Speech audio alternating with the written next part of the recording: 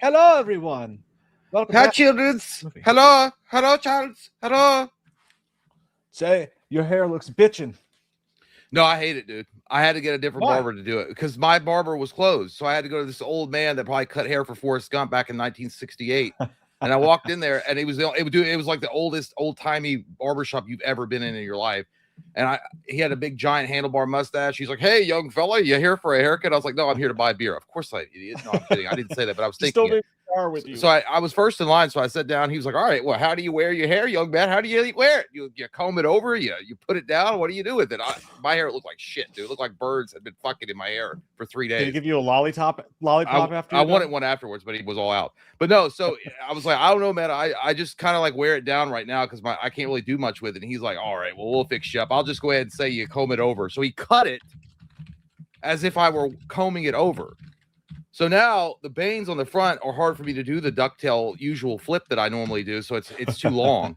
So because what he did, he took 1,000 years to get the clippers done on both sides of my head because he was like, "You want it tape?" I was like, "I just need a trim, man, just a trim, but a short one, like a summer haircut." He was like, "All right, well, you want to taper it?" I was like, "I don't know what the fuck that is, but yeah, taper that shit up. I want it all taped up." And he was like, I learned what tapering is." Well, yeah, he's like, he tapered it all over, but it took him 8,000 years on either side. And the entire time I had to bring Indy, my 11-week-old puppy, Sunday, and my wife were out in the parking lot with the car facing toward the barbershop because he wouldn't be left on his own. He was going fucking ape shit the entire time. I could see them through the door. And the guy, this barber guy was like trying to start up a conversation because I just don't like talking. I don't know him. I don't really talk to barbers and shit. I just don't do that. It's not my thing. Sometimes I do, but not this guy. I don't know him. So he was like, "That your car out there?" And I'm like, "That white one?" And he's like, "Yeah." I'm like, "It's my wife's, but technically it's mine. I guess, yeah, we're married, so I guess it is mine. I mean, what's hers is mine. It was mine and mine." You know what I'm saying? It's like, he didn't say shit. He thought that was not funny. And then he was like, and I was like, "That's my puppy and wife there," because they had the windows down. He didn't give a shit about that. He's like, "What kind of car is it?" I'm like, "It's a Toyota." He's like, he wanted to talk about them. Yeah, he was trying to find an angle in. So he was like, "Yeah, my first car was Toyota. I put 400,000 miles on it." I'm like, "Yeah, that's a lot." And he's like, "Yep." He kept on trying to gauge the conversation where I wanted to go, and I don't know shit about cars. Like, "Yeah, I like the muffler cop on a '68 Chevy." He's like, "Mm-hmm." And then finally the guy was like, I was like, because I didn't know what to do. He kept on trying to talk, so I was like, "You've been in Winchester Law?" He's like, "About 12 years, but I'm from Mount Vernon. I was up there 20 years." I'm like, "Oh yeah." He's like, "You know where Mount Vernon is?" I was like, "Nope." Oh no, I was like, "Yeah, I've heard of it." That's God's country now. He was like, "Yeah, it's deep south." And I was like, "Yeah, I've heard of it." He's like, "Yeah, that's where I'm from." He's like, "Yeah, I was up there until they sold the barbershop from out under me because my wife was dying of pancreatic cancer." Oh. And I was at home with her. She died in March, March. And he's like, "I was working just 2 days a week. And then, I went to 4 days a week down here in Winchester because, our house is so big. It's so empty now." I'm like, "Oh, fuck." Like, this is got. I hope you give that man a good tip. I'm going to get to this part. So I was like, I said, "Oh, fuck, man." I was like, "Oh, I'm sorry. That's," he's like, "Well, good Lord comes and gives you the tragedy. You just had to, something like how much he puts on your plate or something." I don't know what it was. I was just like shocked he was oversharing because I didn't know what this was. Anyhow, after the haircut was over, I was like, "How much do I owe you?" And he was like, 18. I gave the guy $40. I told him just to keep the tip. Yeah, I gave him $40. Yeah. That's very nice of you. And then I ran the fuck out of there crying in one hand and hiding the tears.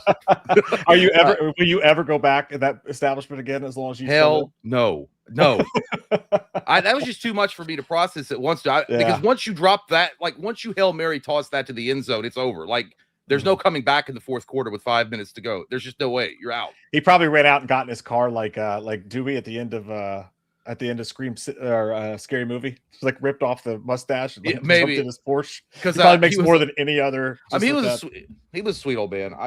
When he was like $18 and I was like, "Okay," I was like, "Here's 40." And he was like, "Let me get you." I was like, "No, just keep it." I was like, "I gotta go. I gotta get the fuck out of here, dude."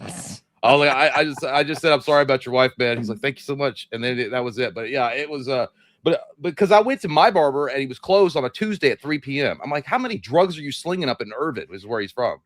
To be closed on a Tuesday. To a brand new one. Oh yeah. Yeah, I had to go to a brand new one. This guy, it was funny too, because I was like, I was talking to him about the other barbershop that I normally go to, and he was like, "Yeah, I know him. I knew his dad, Azael. I went to school with him." I'm like, "Yeah." I was like, that's He's crazy. like, And he was like, you know how much I charged for haircuts back in 1963? I'm like, no. He's like, $1. I'm like, can you charge me $1? And he didn't say anything. I was like, oh. You should have said. You should have said. You know how much we used to pay for condoms back in the 90s? Like what? That's what I thought. Like, I don't know. I never used them. But I'm glad that I got my haircut, guys, because hopefully I'll be interning at some point on Nerdrotic, because he's my favorite YouTuber of all time, Nerdrotic. I can't wait. Based on comments from the last video, everyone thinks I'm a Nerdrotic shill and a fake guy that likes to be. So I can't. I hope to put my application in and get a beard just like him, and do some hard time in the prison, so I can even be more like him. You know, he went to jail for like 10 years. Did he really? Yeah. You think I'm not telling Talos that's not a school. He was on my second favorite podcast, The Hodge Twins, and he was talking about it. So, oh, well, yeah. We used to laugh a lot at the Hodge Twins. I think it's now mostly stuff, but they used to be really funny. They knew what they do. They switched complete. They're all politics now, so it's not even back what they used to be doing, which just sucks. It's like the grifting is strong on either side. It's like, yeah, you're gonna make a lot of money. You make a lot of enemies, but you make a lot of money doing that dog shit. But yeah, I just thought it was funny because I shared my opinion last stream, and it was like, oh, you just like Nerdrotic. I'm like, no, I have my own opinion, so you can suck my white ass. All right, I don't have to fucking agree with them. I don't watch Nerdrotic. I don't watch those fucking people. But apparently, I'm a fanboy and suck their dick left and right because I happen to have points that they have made. I didn't even watch their videos on anything. Jay was just constipated. He was just constipated. And it about what? I'm a touch constipated right now. This beer is I don't know. Talk to your stomach. What beer did you get? Good. Miller Lite, but it's really good. Oh, it's just the same beer. It just tastes good. I just haven't had it in 4.5 days, so it tastes really extra crispy. I like it. It's like him and Django is like, it's like a reward. Yeah. It's a reward. Thank you so much. Yeah, we got some hot news to talk about tonight. That Sony State of Play, I missed it entirely. I forgot all about it. Was it yesterday, I think? Yeah, yesterday. They dropped it. Wolverine, we got that trailer to react to. I haven't seen anything. There's also a horror game that's coming out that apparently looks really good too. Actually, I haven't seen the trailer for that. Then I guess there's some movie news and things like that. So, some good shit. I did, by the way, Tomo, eat some beans. Let me tell you, I went to Taco Bell, right? Trying to watch The Figure. Okay, trying to watch The Figure, trying to eat a little bit better. So I went to Taco Bell and I looked it up. I was like, you go to Taco Bell to watch your figure? That doesn't even exist. The kids wanted Taco Bell. All right, I've been eating chicken and rice for 3 straight fucking days. I needed a break. It's like I went to the buffet, but I only got 2 helpings. Give me a 10-piece nugget. Take 2 of those nuggets and shove them up your ass. I went to the Golden Corral, but instead of my usual 4-course meal, I had 2. Yeah, no, 100%. No, but I needed to get my protein up for the day too. So, anyways, I looked it up. I was like, ChatGPT, help me, Tom Cruise, help me, baby Jesus. What can I get that's got a lot of protein and not a lot of calories from Taco Bell? Because that's where the kids wanted to go. So, and it's like a cantina chicken bowl, right? With no rice and extra chicken. And I was like, God damn, why don't you take the fillings out of my fucking teeth? That's going to be so expensive. But did they put a rainbow flag in your little bowl when they gave it to you? This guy's coming to talk about getting a cantina bowl. Oh, Jude. Yeah. Yeah, dude. That shit, let me tell you, like, she took the order, no problem. She's like, okay, cool. And I know they charged me out the ass for it. But anyways, that shit was so nasty. You could see where they just took a cup and just scooped the rice out. Like, you could see like a swap where the rice used to be. And there were 4 pieces of chicken in that fucking thing. And the rest of it looked like baby puke. It was so disgusting. You mean you didn't get a 5-star dining experience at Taco Bell? That's great. Dude, a lot of Taco Bells get their shit right. This Taco Bell here where I live sucks. Dude, the Taco Bell, it's weird, dude. I had Taco Bell 2 days ago, and the way they fucking did me, they just slapped that shit around like it was in a cafeteria at lunch, like in high school. It was like, I was like, give me a gordita crunch. That bitch was like a gordita slunch. It was all fucking gooey, and it was like half falling apart. I was like, all right, well, there we go. I'll eat like a fucking pig that I am. Thank you. Yeah, dude, it's rough. You got to go. It always depends on the employees. When they make the fast food, they really do it. And I'm always nice to them because they're working at Taco Bell. So fast food, nothing's wrong with that. I'm just saying it's a hard job. Yeah, exactly. But yeah, I know. Happy Gay Pride Month, I suppose. We gotta make sure I get ahead of that because again, I'm a Nerdrotic guy, so again, usually we don't do that. It's you're one of the guys who, I'm a double agent. I'm a double agent. Yeah, you're so gay that I hide amongst the conservatives. They never see it coming until it's in their ass. See, Trojan horse. That's a Trojan dick. That's what they call it in the olden days. And that hang on, I got to go to the. Man, see that if I was quicker, this would have been funny. And that's what we but do at a Turning Point USA event. Fingers in the butt when I'm around. No doubt. Fingers No in doubt. the butt. No Indeed. Doubt. I put together a pool today, and it was really peaceful. I sat in the middle of the pool. I filled up like a fucking idiot. Did you try to do the kickboxer montage where you did like karate underneath the waves? the water's only like up to here, so I was just sitting in it. Yeah, when I was a kid, I used to watch Kickboxer. We had a pool. I would go outside, I'd close my eyes and open them up underwater and start doing the kung fu that Van Damme does at Kickboxer. And I wish I had some like ancient Chinese music in the background, like whoo, like whistles and shit, whatever the fuck they had. So I could. It's like enough, not ready yet. Keep going, and then have some guy dunk me under further. I know. I just want to do gay karate under the sea with you. So far so good. No El Gato. If you guys were here at the last stream, at the end of it, the camera went out. Oh yeah, concerned about that. That was epic. We like that. I think it just overheated. We were in like 3.5 hours, and I had the light right up against it. So I'm praying to God it just overheated. No problem since then. When I was your crash out was stream earlier. Well, your crash out was relevant. It made sense why you were mad, but it was funny because it kind of came off as kind of whiny because it kind of reminded me if we were playing basketball and these people made fun of your shoes and you're like, I'm going to play. That's what I'm going to do. I'm not even going to play. What I'm going to do, I'm going to sit over on the bench because I suck so bad. Everybody makes fun of my fucking shoes. I'm just going to comment. That's why I was laughing. It was funny as hell. It was upsetting. It was upsetting. I don't like it. El Gato. I don't like it. You got a small taste we don't see any El Gato. Of my internet going out and how it feels. It fucking sucks. Yeah, this motherfucker's like, dude, you left me here. Jeez. And I was like, how many fucking times you left me here by myself? Goddamn, big perm. I don't do solo streams. I'm not about that. I have a lifelong battery of solo streams for about 35 seconds, and then that's it. Like the Energizer buddy in me is gone. Well, I forgot the part where that was my problem. Why don't you suck my fucking ass too? You know what? Put your big boy pants on. I'll do it. Handle your business. You know what? The barbershop story. I would have stretched that motherfucker out for 25 minutes. Hey, did you know that by 2050 or potentially 2030 that all meat is going to be grown? It's not even going to be. It's going to be lab grown meat. Can we grow our meat? No, it's just the technology doesn't exist for the tragedy that has befallen our wieners. It's just too small. But no, apparently by 2050, that's actually a real thing. They're going to have actual lab grown meat that's going to taste just like regular meat, and it's supposed to be the next wave of foods, supplements. People are saying there's no way that McDonald's or they will 100%. Get that shit if it's cheap. If it's cheaper than slaughtering cows and shit, they will 100% grow that fucker in a lab with McDonald's fucking ass cheek on it and serve it to you pigs. Yeah. I'm good. I if they can figure that out, I say I am fine with it. I don't care. I don't want. We don't have to kill all the animals. I don't give a fuck. I always feel bad. What about the farmers? Are the farmers going to be out of work? The farmers are fucked. Yeah, most likely. I don't know. The agriculture will probably take unless they use it for something else. I don't know. But yeah, I mean, I always feel bad when I drive by and see a bunch of cows moving around and shit. I'm like, oh fuck. It's usually at Sally's. What's that fucking Elaine Bryant? When I drive by them, because they're fat women. Anyway, it was a joke that went way too long, and I lost the plot when I was saying. I was confused because I was saying I felt bad when I drove by the cows, but I was like, it's usually at Elaine Bryant store. I usually feel bad, but the point was I was trying to say I feel bad when I'm driving by and I see a bunch of cows, but I'll eat my burger anyway. Trying to say fat women shop. It doesn't fucking matter. Well, I'm trying to avoid the B word because apparently that just sends a lot of fucking crazy people into what that word is. BITCH. BITCH. Oh my god. Apparently, if you say that, you might as well be dropping racial slurs. I mean, I didn't know. Fucking losers. Goddamn you fucking skanks. Not the women, everyone. That's what he's saying. It's a universe. Let's clarify. Right. It's real nice. I got it at Target. It was on sale. It's a universal word. It's a universal word. It's the way that I describe all people that I think are weak pieces of shit. It's just a word. Goddamn. It ain't like we're dropping, we're not out here at the January 6th rallies dropping the slurs and whatever the fuck. You know what I'm saying?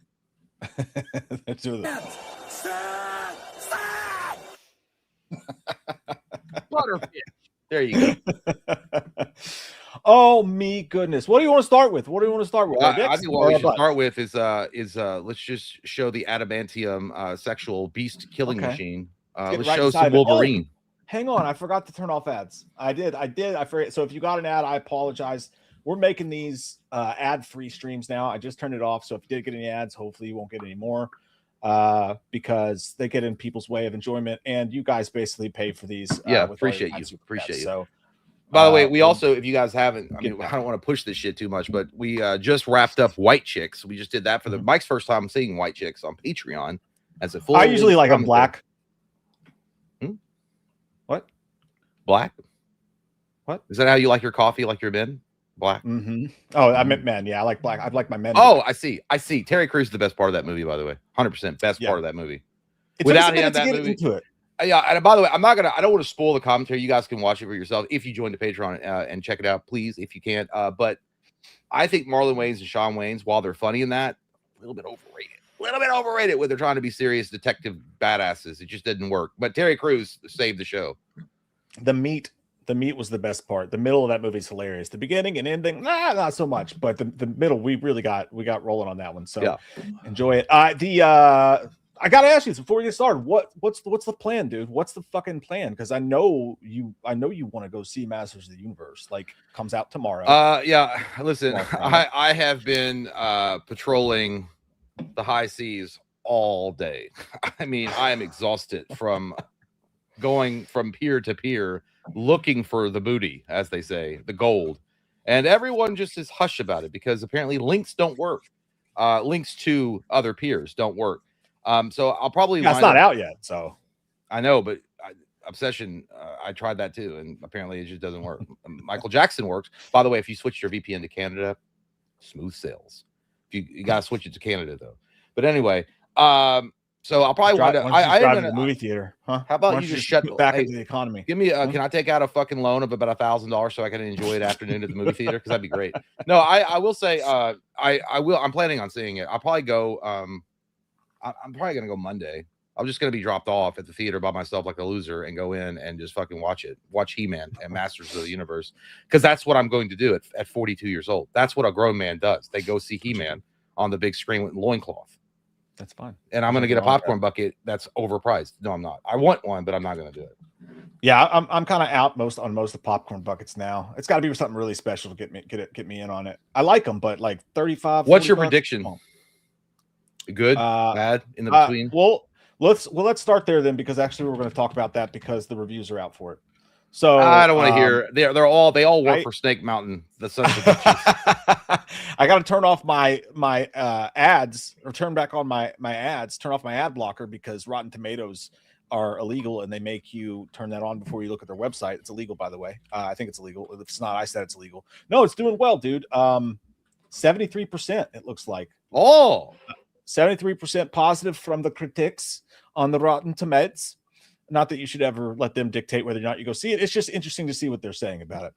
And Chase does not like it and says it's a rarity among movies, the kind that is undeniably bad, but somehow you can't help but root for it. So that's not even.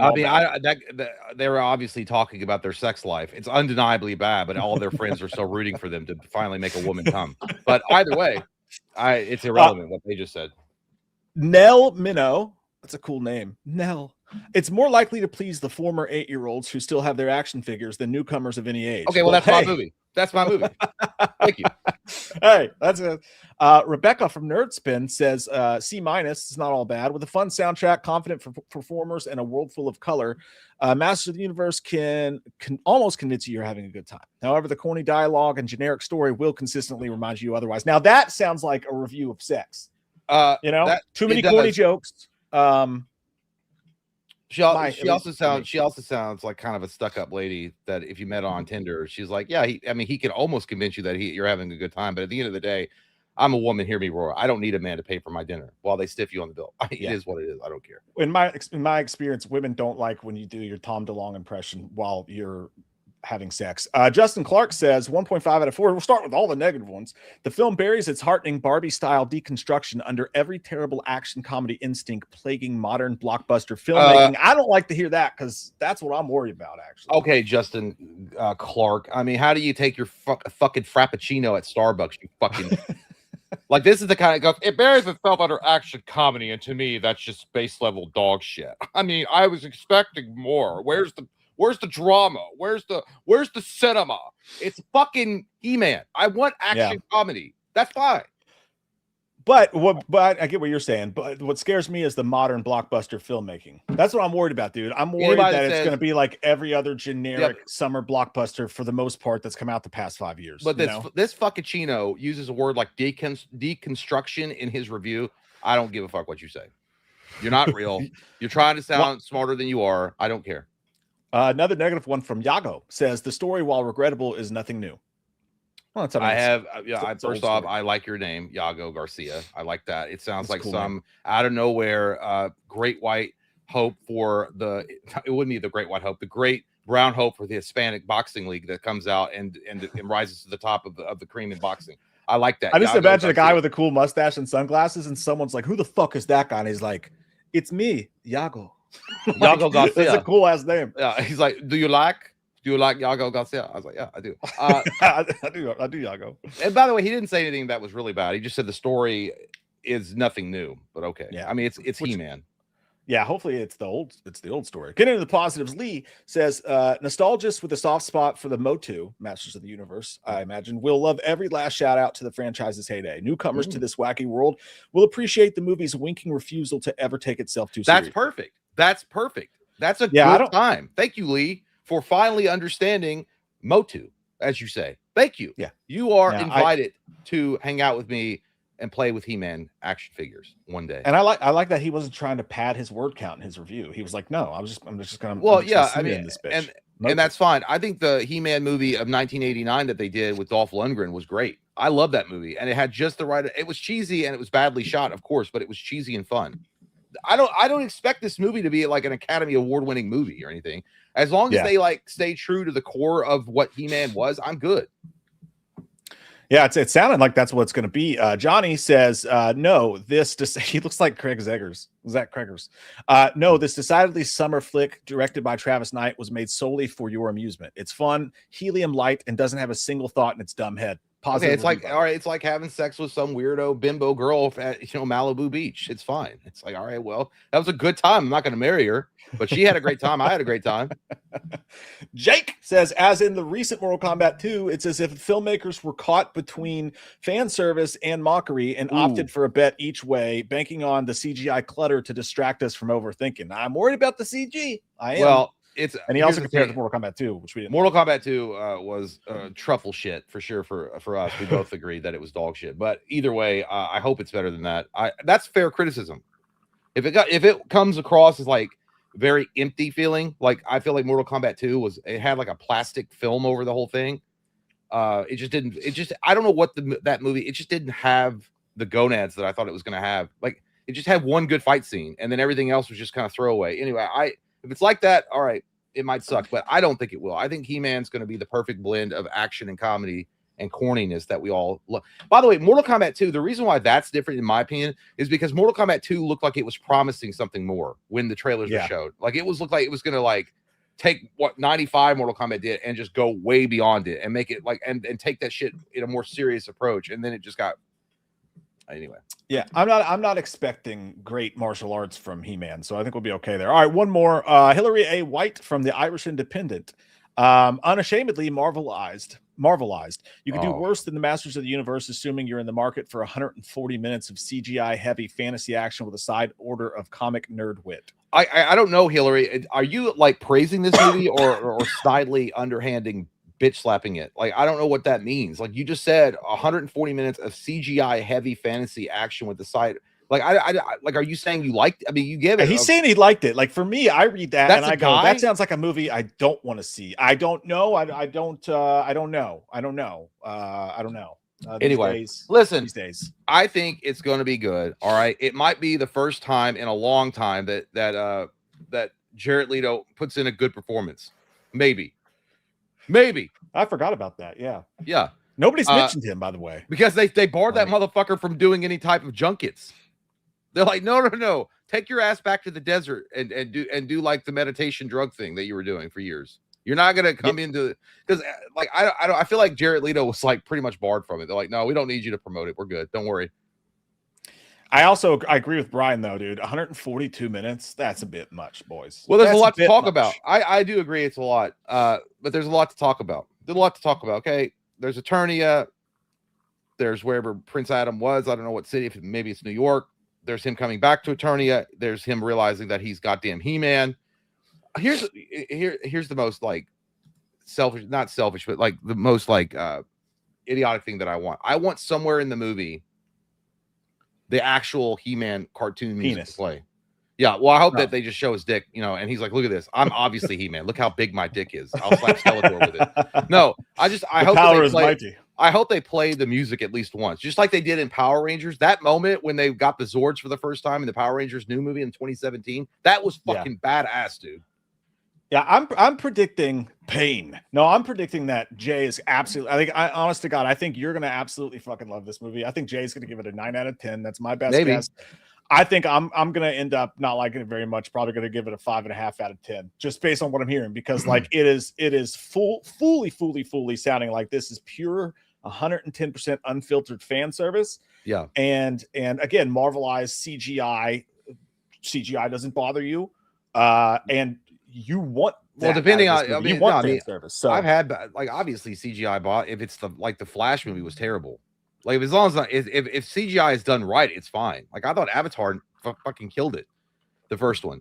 I thought they did that well with Avatar. Yeah, like but good CGI. So I think you can have a CGI heavy movie, but it has to be handled well. Like Lord of the Rings also had a lot of CGI and it worked well. Right. I should say modern CGI. Most modern CGI is dog shit. Yeah. I think what it is, and the way that the trailer has, what the impression I've got from the trailer and the clips I've seen, even the fucking poster, you know what it reminds me of is Thor, the first Thor movie, which I love. Yeah, where it was like like a high fantasy type of film, and even though it was connected to the Marvel universe, I just had fun with that kind of movie. I like those kind of action adventure high fantasy films, and that's what it was. Yeah. JT Customs, of course. I'm so sick of this, you guys, and I love you, JT. But every single time I have an opinion on a movie, it doesn't have to be compared to Scream 7. I've admitted 1,000 times that I know that I have a hard boner for Scream 7, and I'm not saying there's anything wrong with fan service if that's what you want out of it. And Jay, way bigger He-Man than I am, probably wants fan service out of it. So I said, I don't give a fuck about fan service in a Master Universe movie. I feel like there's a blend. I think you can have an approach that meets in the middle somewhere. You can have the fan service and give it what it needs for the nostalgia people to come and see it and be appreciative of it and enjoy it. You can also have a blend of new stuff that people might stick around that either didn't like He-Man or didn't know anything about it. I feel like you have to have that balance. See, that's the vibe I'm getting, because I read that in a couple other reviews too. It was just like, if you're a huge fucking He-Man fan, you're gonna love this. Everybody else, you could probably take it or leave it. But we'll see. I mean, I'm excited to see it. I want to see a good big ass summer blockbuster. Well, see, that's how I looked at Thor when Thor came out. I'd been reading Marvel comics forever, so I knew the character. I knew all about Thor and stuff. And the way they approached that, I thought was pretty fucking cool. I thought it was easy for people that weren't even fans of the comic books to enjoy it, because it's just high fantasy. Yeah. That's all it is. Yeah. I'm just hoping it's an entertaining movie. And again, like, I'm not saying it's going to be shit. I'm just saying like 142 minutes of that, 142 minutes of that. I don't know how I'm going to feel. Okay. I want to point out, I want to do something really quick. I know this is a little bit of a kerfuffle in the middle of what we're doing here, a little bit of a boomerang in the crack, but I want to show this to Mike. I want to show this to Mike in regards to Pattinson, you piece of shit. I saw this. I saw this. This is a Variety article that came out that said, and it was in regards to people saying that Robert Pattinson didn't work out. Robert Pattinson was a pussy, and that he therefore was not deserving of the title of Batman. He was just a fucking emo. This is what Robert Pattinson said in a Variety article. Robert Pattinson recently spoke to GQ magazine as part of the publication's summer cover story on The Odyssey, and revealed that he had a home gym installed in order to pack on muscle ahead of filming The Batman Part 2. The actor was doubling down on his fitness schedule after some viewers of 2022, The Batman, found his superhero physique underwhelming. Everyone was like, this is a quote from Pattinson, everyone was like, you didn't work out at all. I worked out every fucking day, Pattinson quipped. Even after that, I still look like I didn't work out. I worked out twice a day at like 3 o'clock in the morning. I'm like, it's just because I said in the interview once that exercise was uncool. I was trying to sound cool. How's that taste on your lips, you fucking detractor? Let me explain to you my reaction. You like that salty cum? I don't have to do it myself. I'll just let Dr. Now do it for me. You just had your bypass about 2 months ago. And when you left the hospital, you were down to 546. So you lost only 9 pounds since then. But Renee has lost almost 50 pounds at the same time. And she hasn't even had her bypass yet.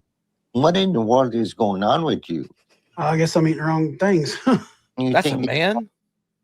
You have a gastric bypass. I had a gastric bypass. to Yes. lose weight. I'm waiting. I thought he was going to say it. Yeah, but I appreciate Dr. that. Now So, always says.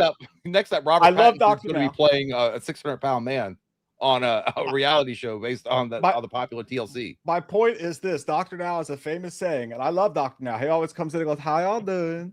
He comes in, and you know what he says? The scale doesn't lie. The scale doesn't lie. I think. All right, Pattinson could say, "I worked out. I had, dude." He did. Hollywood. No, he didn't. He's full of shit. Yeah, he did. Just because you wanted some big Ben Affleck dick and a huge physique doesn't mean that he didn't.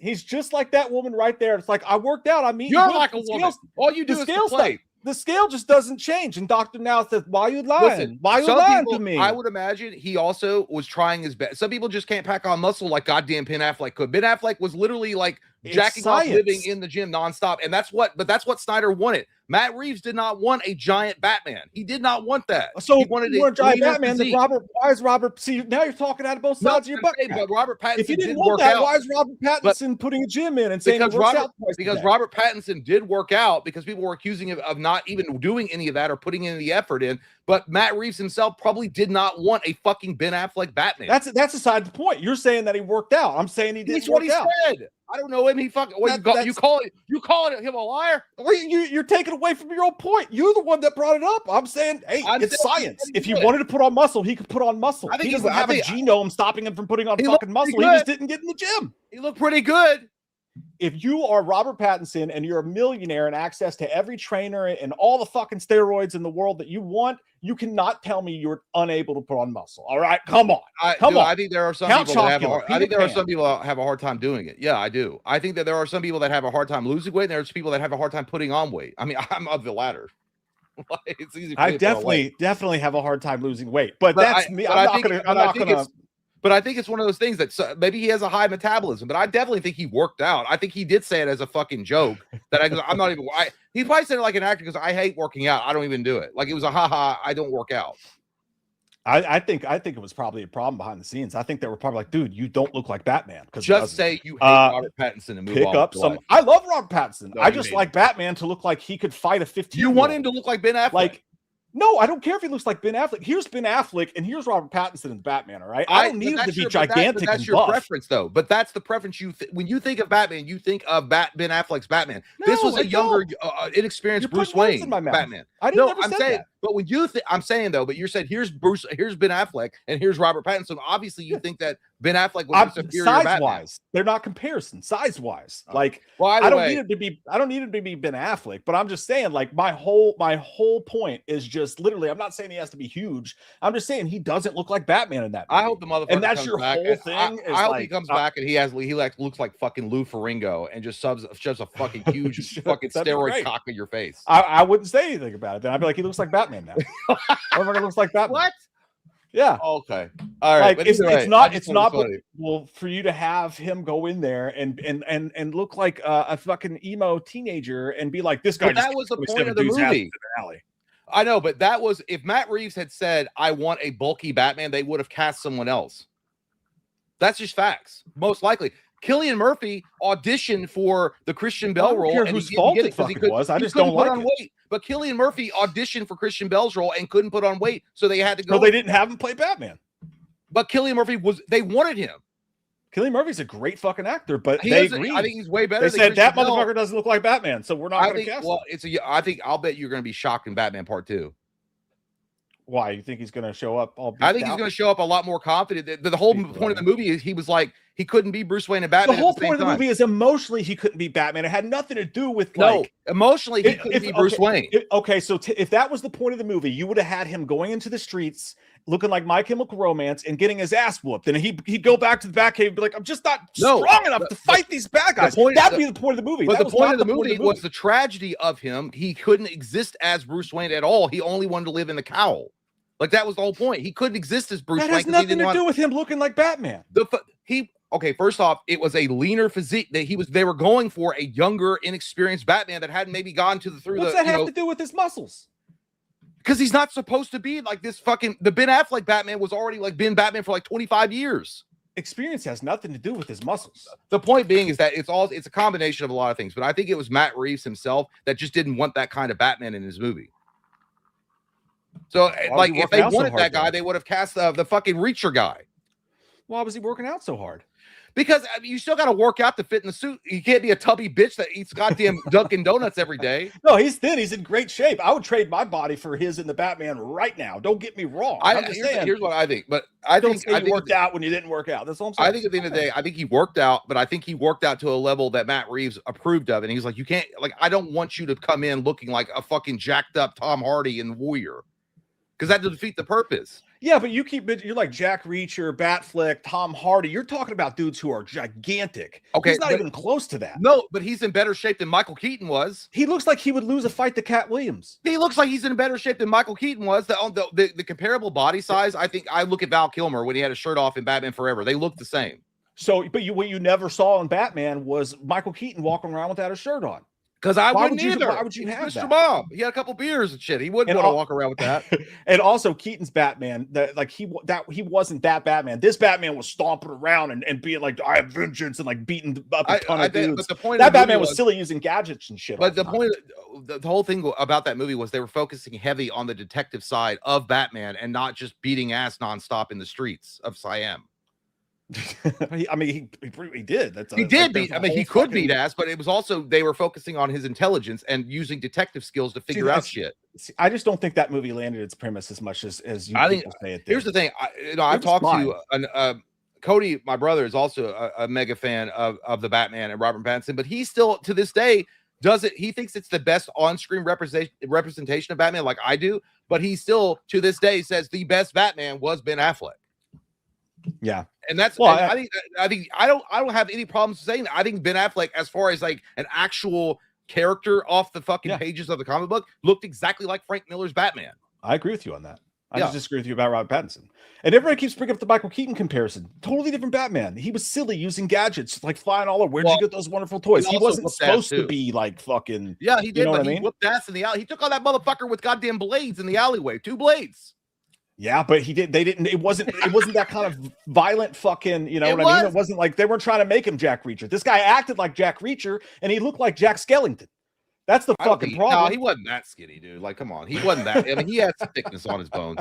But either way, it was just an interesting article because apparently that got to him because he wouldn't have made that statement or somebody wouldn't have asked him if that hadn't been something that was on people's minds, that or at least some other people had mentioned it. So he had to clear it up. I know I'm on the unpopular side of this argument, all right, and that's fine. But you know, I'll be honest and stay true to who I am. But give me credit at least, you guys. It works. Give me credit at least, you guys, for the Jack Reacher, Jack Skellington comment. That was a fucking good one, and I just came up with it out of nowhere, you know. And we got to watch Doctor Now, so it's fine. But by the way, guys, we're not actually fighting. I saw someone say they were scared. We just talk loud with our voices. No, Mom and Dad aren't fighting. If we worked at a fucking video store, that's how we would talk. Like we probably get fired because they'd be like, "Dude, you cannot argue like that in front of the customers." Like, but we're not arguing. We're talking. Dude, we have so many bad reviews on Google. It's like their language was disgusting. It was disgusting. I'm not coming back in there. Well, yeah, because I can't express myself without using certain dirty words, I suppose. Oh my God, he used the no word. He said fuck. Oh, I know, Carlos. I was just kidding, buddy. Okay, so Wolverine trailer, huh? No, I don't. Like we're fighting. I don't even want to talk about it. Yeah, you're never gonna see you're never gonna see Wolverine walking around looking like a little bitch. Can't have a protein shake. Now he has an adamantium skeleton, and he's also like, and he has a healing factor off the chart. So that's a good point. That's a really good point. Okay, is this the new one? No, that's 8 months ago. This is one day ago. But here's a question: do you think that Wolverine could get fat? I don't think he could because he's got a healing factor. So wouldn't it like eliminate all the like shitty shit from your body like immediately? If you ate a burger, it would just take only what it needed and then eliminate all the fatty stuff. I don't know if that works that way for him because he's short too. He's got to watch what he eats. He's short. I don't know. I know that Steve Rogers. I know that Steve Rogers with the super soldier serum or whatever, he has to drink like really stout beer to get drunk. Like because the effects of the super soldier serum, if he drinks a regular beer, it just immediately counteracts it. Yeah, maybe that's it too. Kyle said Mike needs to watch the Batman again. No thanks. I don't have 4 hours of my life to watch a mid movie again. He just doesn't want to see a real Should we Batman. watch the- It scares him. He's like that. He's like those guys on the fucking rooftop in Batman '89. I heard the bat got it. He's like, the bat, man. Come on, the bat. Oh God! All right, this game is gonna fucking make me buy PlayStation, and You actually it won't, because that's a used goddamn car down payment. Is how much that costs. That's Well, you could fucking get it. ridiculous. You could get it on a. And firm. I got to put my kid through college. I can't be You buying get it on a goddamn. I got to use a firm for other shit. I can't be using it to buy a fucking PlayStation so I can play one game. I'll come over to your house and I'll watch. It'll be fine. That's fine. You can. Okay, the new Wolverine trailer. Here we go.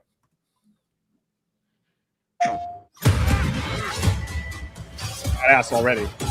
Woo! Sentinels.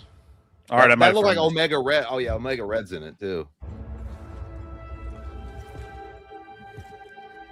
Looks like they're going with the Deadpool Wolverine suit. He's so hairy. Nah, Let's see if we can find the one that got away. Redhead. Might be our only lead.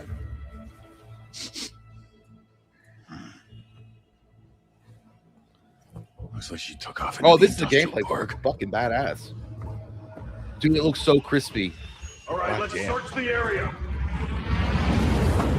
I'm going stealth on all these motherfuckers. I'm going to rebel in it. I'm going berserker mode. Perimeter stable. Holding position. You sound like Robert Pattinson, not real.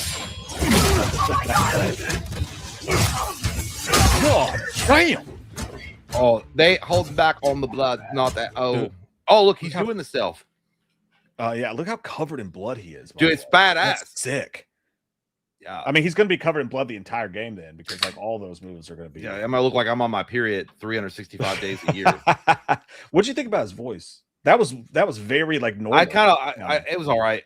I thought they were gonna use the guy that they did for the animated series, because that guy's is a staple. I don't know why you know the guy that they used for X-Men '97. Is he still alive? Well, I don't know. I mean, if he's not, but whoever is doing Wolverine for X-Men '97 sounds awful like him if it's not him. Yeah, but he's got that like, that he doesn't sound as piratey, as that guy does. He sounds really normal. He sounds kind of like Batman. So I don't know. Yeah, well, if you notice that the design of the suit looks very much like Deadpool Wolverine. It's like like that suit looks exactly what like Hugh Jackman was wearing. That's true. That's true. Oh my lord! Dude, Oh my blood! Someone's gonna get aced. Look at that ass. What? Stay sharp. I don't like this. See, if it was me, there'd be a little brown spot in the middle. He's jumping like fucking Spud Webb. Oh, dude, I love this. You can sneak up. Oh my god! Why the fuck? There you go. God damn!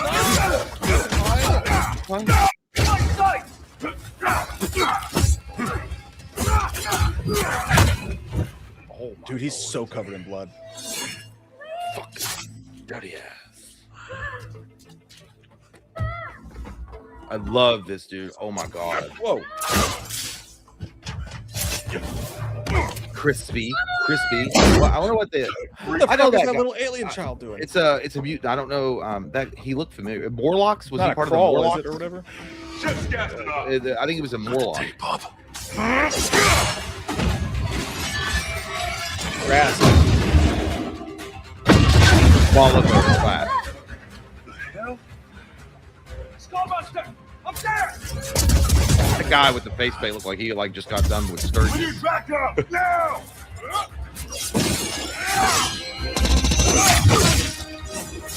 I mean, so these are cutscenes. They're badass. Oh my lord! Jeez, give it to us. Who's this? Gene Grey? Magneto? Is it Gene? Oh, it is Gene. Not as hot as Famke Jensen.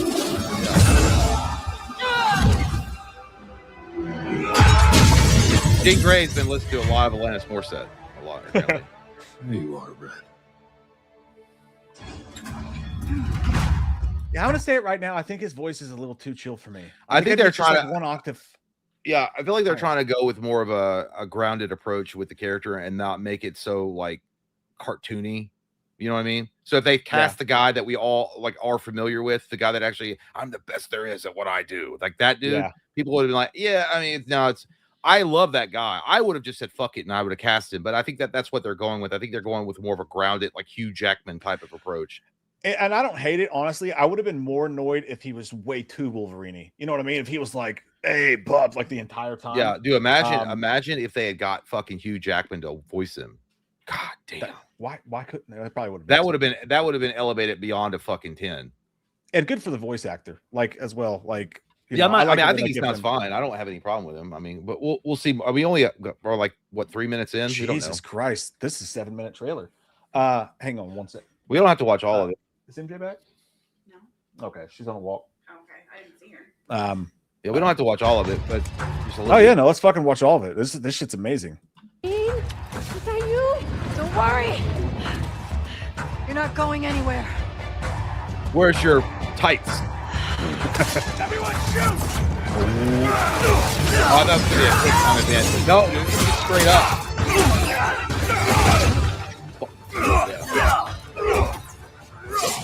So the free flow combat is back. What they did in Spider-Man and Batman Arkham games. Use the environment. What?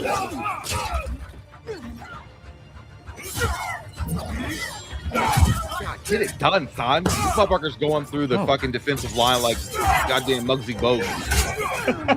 I like that when he gets hit, you can like feel it. Gotta do something special. Jump over the back of it. Oh, never mind. Just do that. That's good too.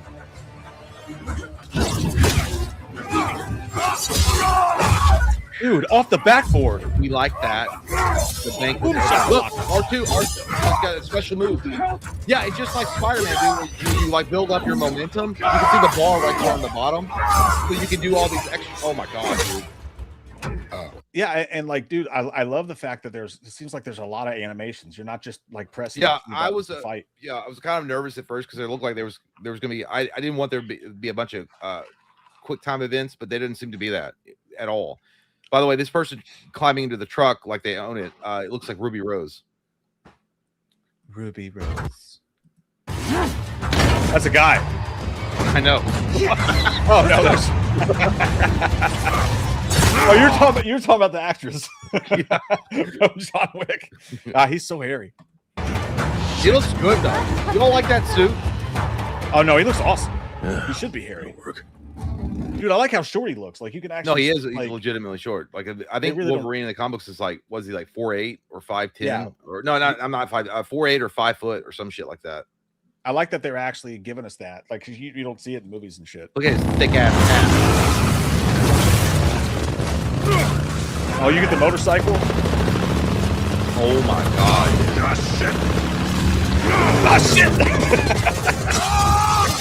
Fuck yeah! That's just no, dog. Fine. Dude. Where are those mutants? That was corny as fuck. Where are those mutants? It's fine though. There's a lot going on. So if you'll notice, so the health bar is up there in the white, and then you see how it gets like you see the bar beneath of it as he's continuing to build momentum. It's right? like it's getting up to his special. Dude, this car chase sequence here, it looks like, I mean, it's like on the level of like the ending of some games. You know what I mean? Like this is crazy. This is great.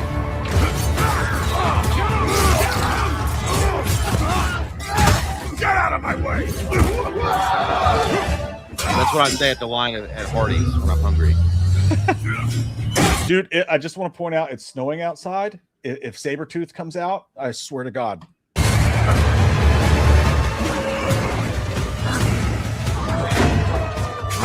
I think it's gonna be Omega Red.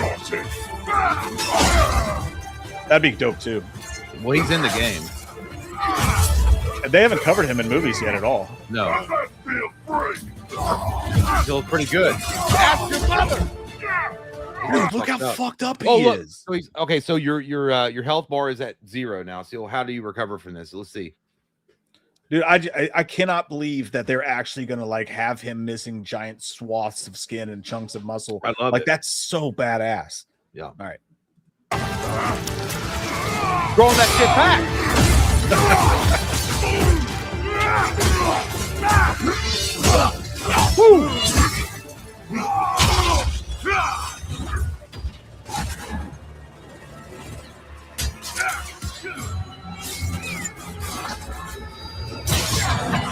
Final Destination 2, bitch. Feel that. Feel that. Final Destination. Oh, you just said that. No, no. My bad.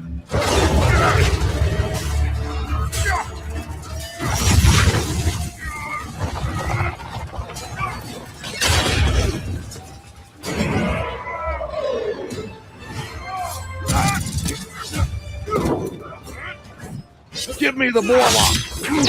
Oh, shit. Pervert. It's not like when he got through his hand, he was like, read it.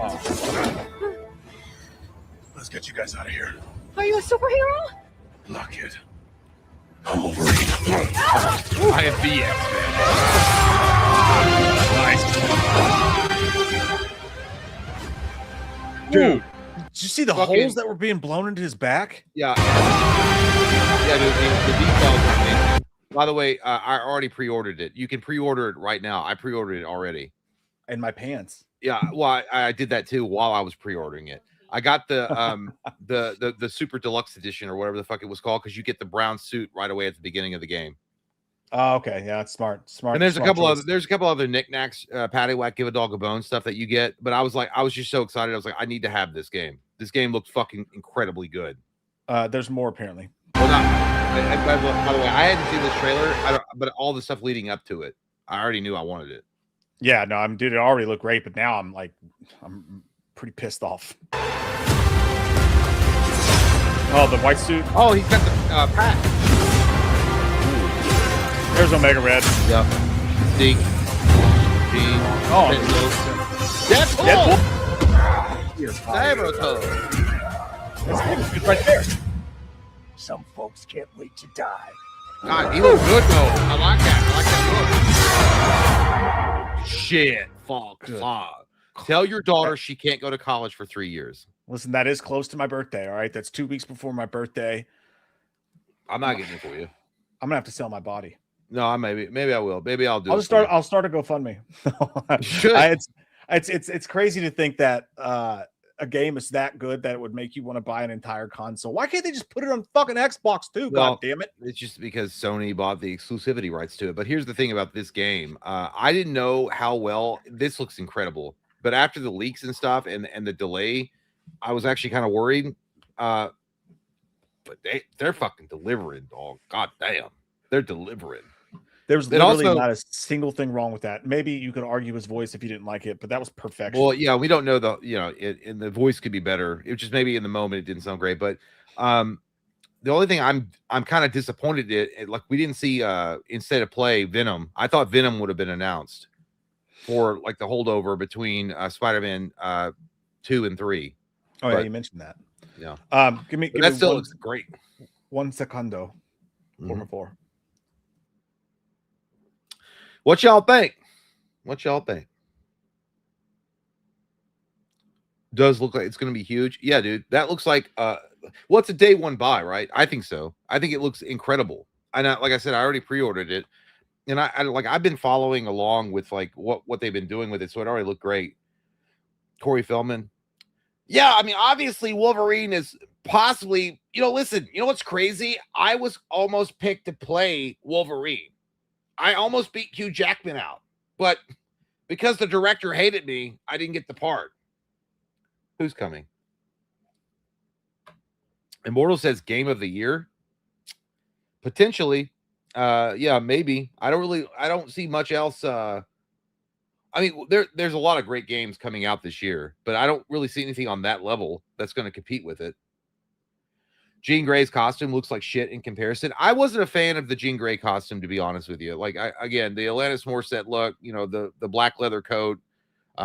She kind of looked like more of a Scarlet Witch type of character, but it is what it is. I mean, it's fine.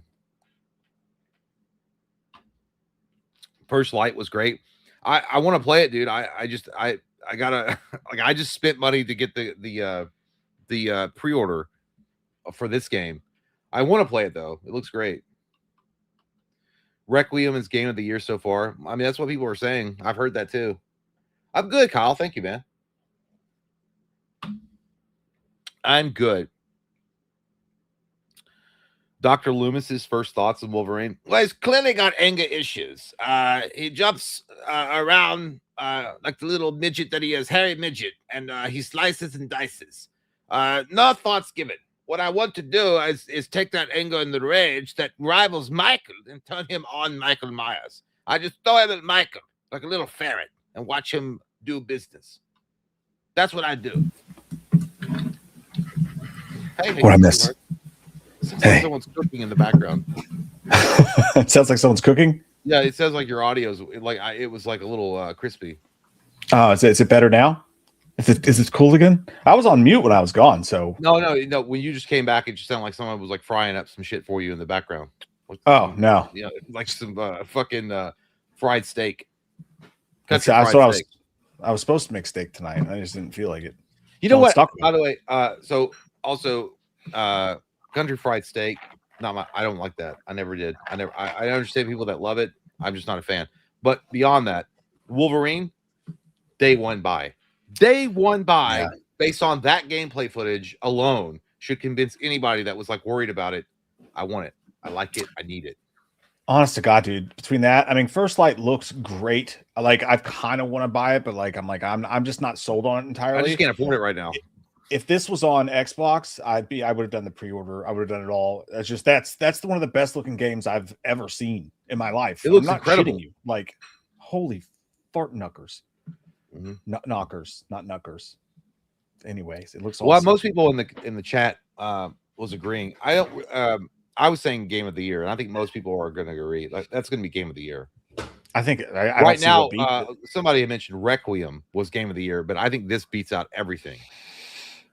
There is other video game news as well. I mean, it's not going to match that. And like, again, as excited as we are for Halloween and Hellraiser, they're not on that level. I mean, like, no, I think I might like Hellraiser to me. So right now, I'm looking forward more to Hellraiser, but I've got Wolverine coming 100%. I've got him coming. I've been stroking real hard. You know what I'm saying? Wolverine's coming to my PlayStation, and I'm going to enjoy it. But personally, I think Hellraiser is going to be the game that I look forward to more. But Wolverine, without a doubt, is going to be game of the year material.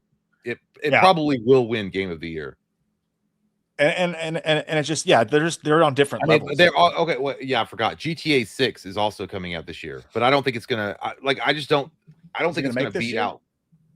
Well, supposedly it comes out in November. I didn't realize it was that close. I thought they still didn't even have a release date for that thing. No, they kept delaying the fucker, but like they always do. But that's why there's been multiple not game of the year material either. It's like so. I mean, people love GTA, man. I mean, I think it'll be like money wise, it'll probably make more than anything else. I just don't see it getting those kind of accolades because it's so kind of. Well, before you go onto the movie, give me 1 second. Okay, enjoy. Oh man, yeah, that's got me considering it. I really should have really should have gotten a PlayStation before they got so expensive. Because that shit's crazy. Was it $800 for just like a generic, like just like general baseline PlayStation? It's insane.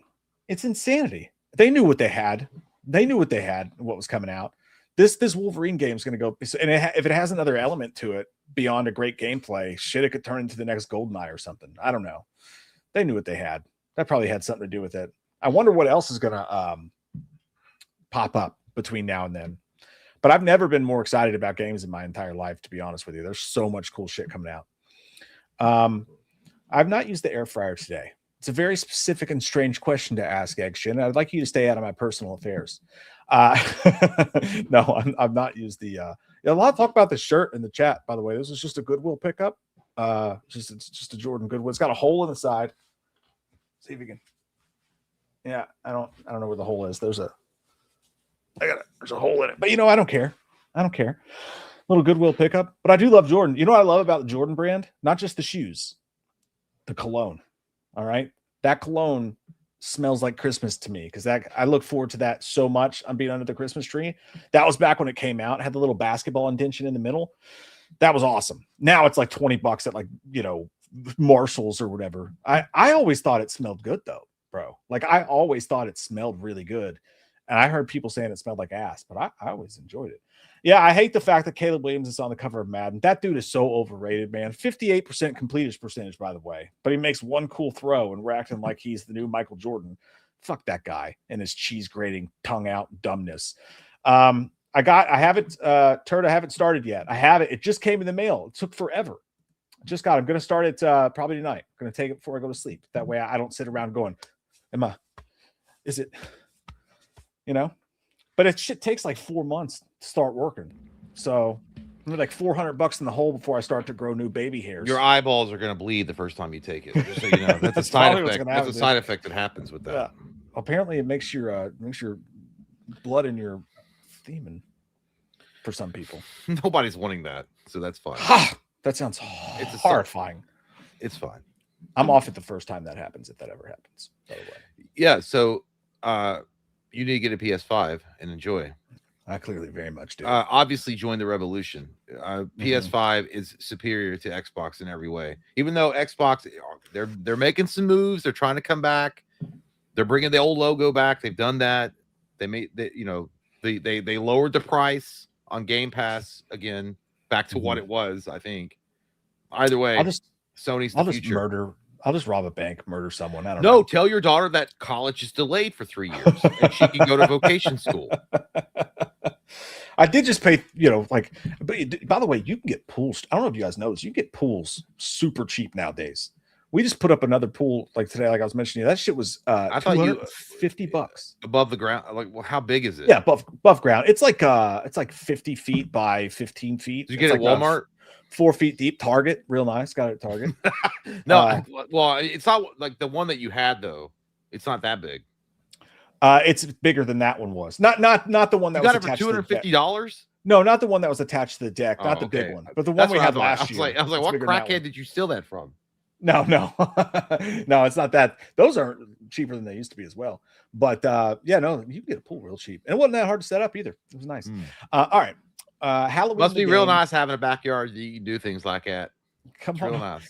Well, just trade. Like you let me have your place for a little while. No, dude. Why would I? I mean, I got a little fucking chain link goddamn dog park that looks like shit. The dog likes it. You know what? I'm gonna take pictures of it. I'm gonna show it to y'all. It's real nice. It literally looks like a fucking playground at elementary school. It's super small. Looks like Hoop Dreams. Yeah, dude. And they're trying to put it on like the new advertisements for this complex. They're like, we have a dog park. No, bitch. What you have is a very small fenced-in area of the yard with a chain link fence and a couple of little knick-knack paddywhacks. That's what you have. Yeah, that's. But hey, you're getting your steps in though, walking that pup. I don't like it, but I hate it every fucking step of the way. You really should get a counter and see how many steps you're getting a day walking that little guy. No, because it would just piss me off more. I don't like to move. All right. I'll just be Brendan Fraser in the well. I just want to sit there and eat goddamn 3 Domino's pizzas at once and just sit there. I have a hard time breathing. That sounds like a good Friday night. There's a new map. I don't know what this is. I haven't watched it, been saving it for you guys, but it's the Haddonfield Town Center map reveal. And no, not tomorrow, but on the 6th, there's going to be another video game session. I can't wait for. I can't talk shit. Never mind. No, because didn't the guy that did the Loomis voice pass away? Caleb or Kane, who did the voice in H2O, passed away. Okay, never mind. All right, yeah, okay. I thought it was the guy that actually did the. Never mind. Okay, he's not the guy that. He might be the guy that got to do this. Was he the guy who's voicing Loomis in this? I don't know. I'm sure one of you guys knows. I don't know. Tom Kane, but is Tom Kane doing the voice for Loomis in this? I thought I might have heard that. I don't know. Either way, it's probably not going to be narrated by the Loomis voice actor. Yeah. Anyways, but here's a new map. But there's going to be a new game thing on the 6th. They're going to have more stuff. But anyway, here we go. God.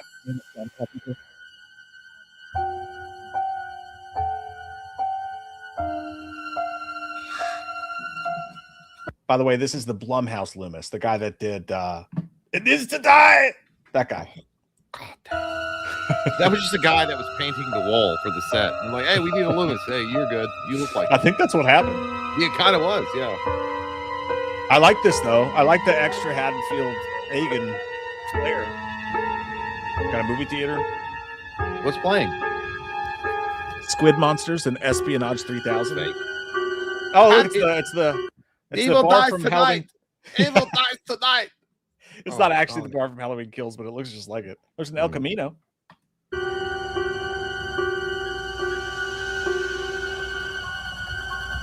Batch. Light beer.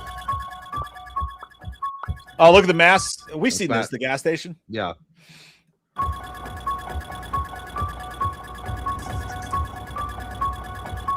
Oh, maybe you can use that car to kill somebody, like Halloween. I'm gonna camp a lot as Michael. I'm just gonna camp. People are gonna get mad. I'm gonna go to the most Now, I know- popular place and I'm gonna camp that shit. It's the garage. It's Corey's garage, dude. That's where his motorcycle is. The music store.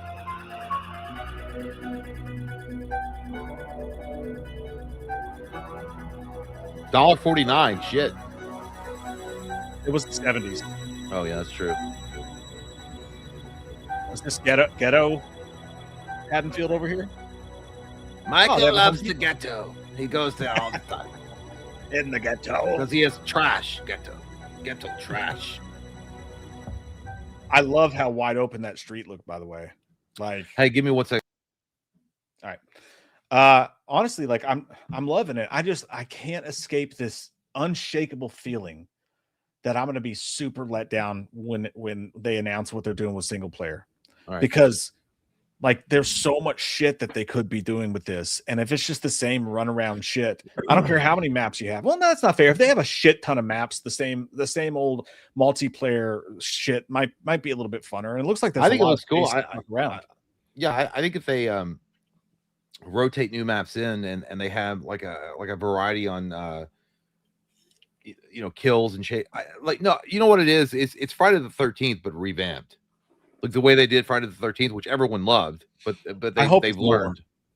Well, they've learned. I mean, they also did Texas Chainsaw Massacre and things like that. And by the way, Ilphonic, I 100% trust them. I trust Ilphonic. I do. Those guys are bad with the Ghostbuster Spirits Unleashed. And again, I've sucked their dick for like at least 6 months in a row. Those guys continued support for that game well after it was done being popular with streamers, and they release free DLC all the time. Yeah, I'm good. It's gonna be great.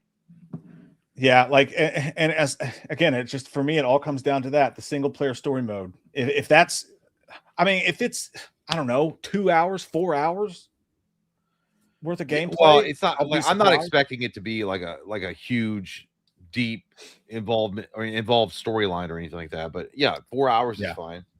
Or Yeah, I just don't want a game might where be people less run than around that. like this the entire time and like shuffle in the exact same style that we've gotten with TCM and Friday the 13th. Like, I want a little bit more, but maybe I don't know. Well, why don't you make the I don't know. fucking game? How about that? I'm sorry. Okay, I'm sorry. I have things in my Let's mind. just be happy we have a Halloween goddamn video game that we get to play amongst with each other.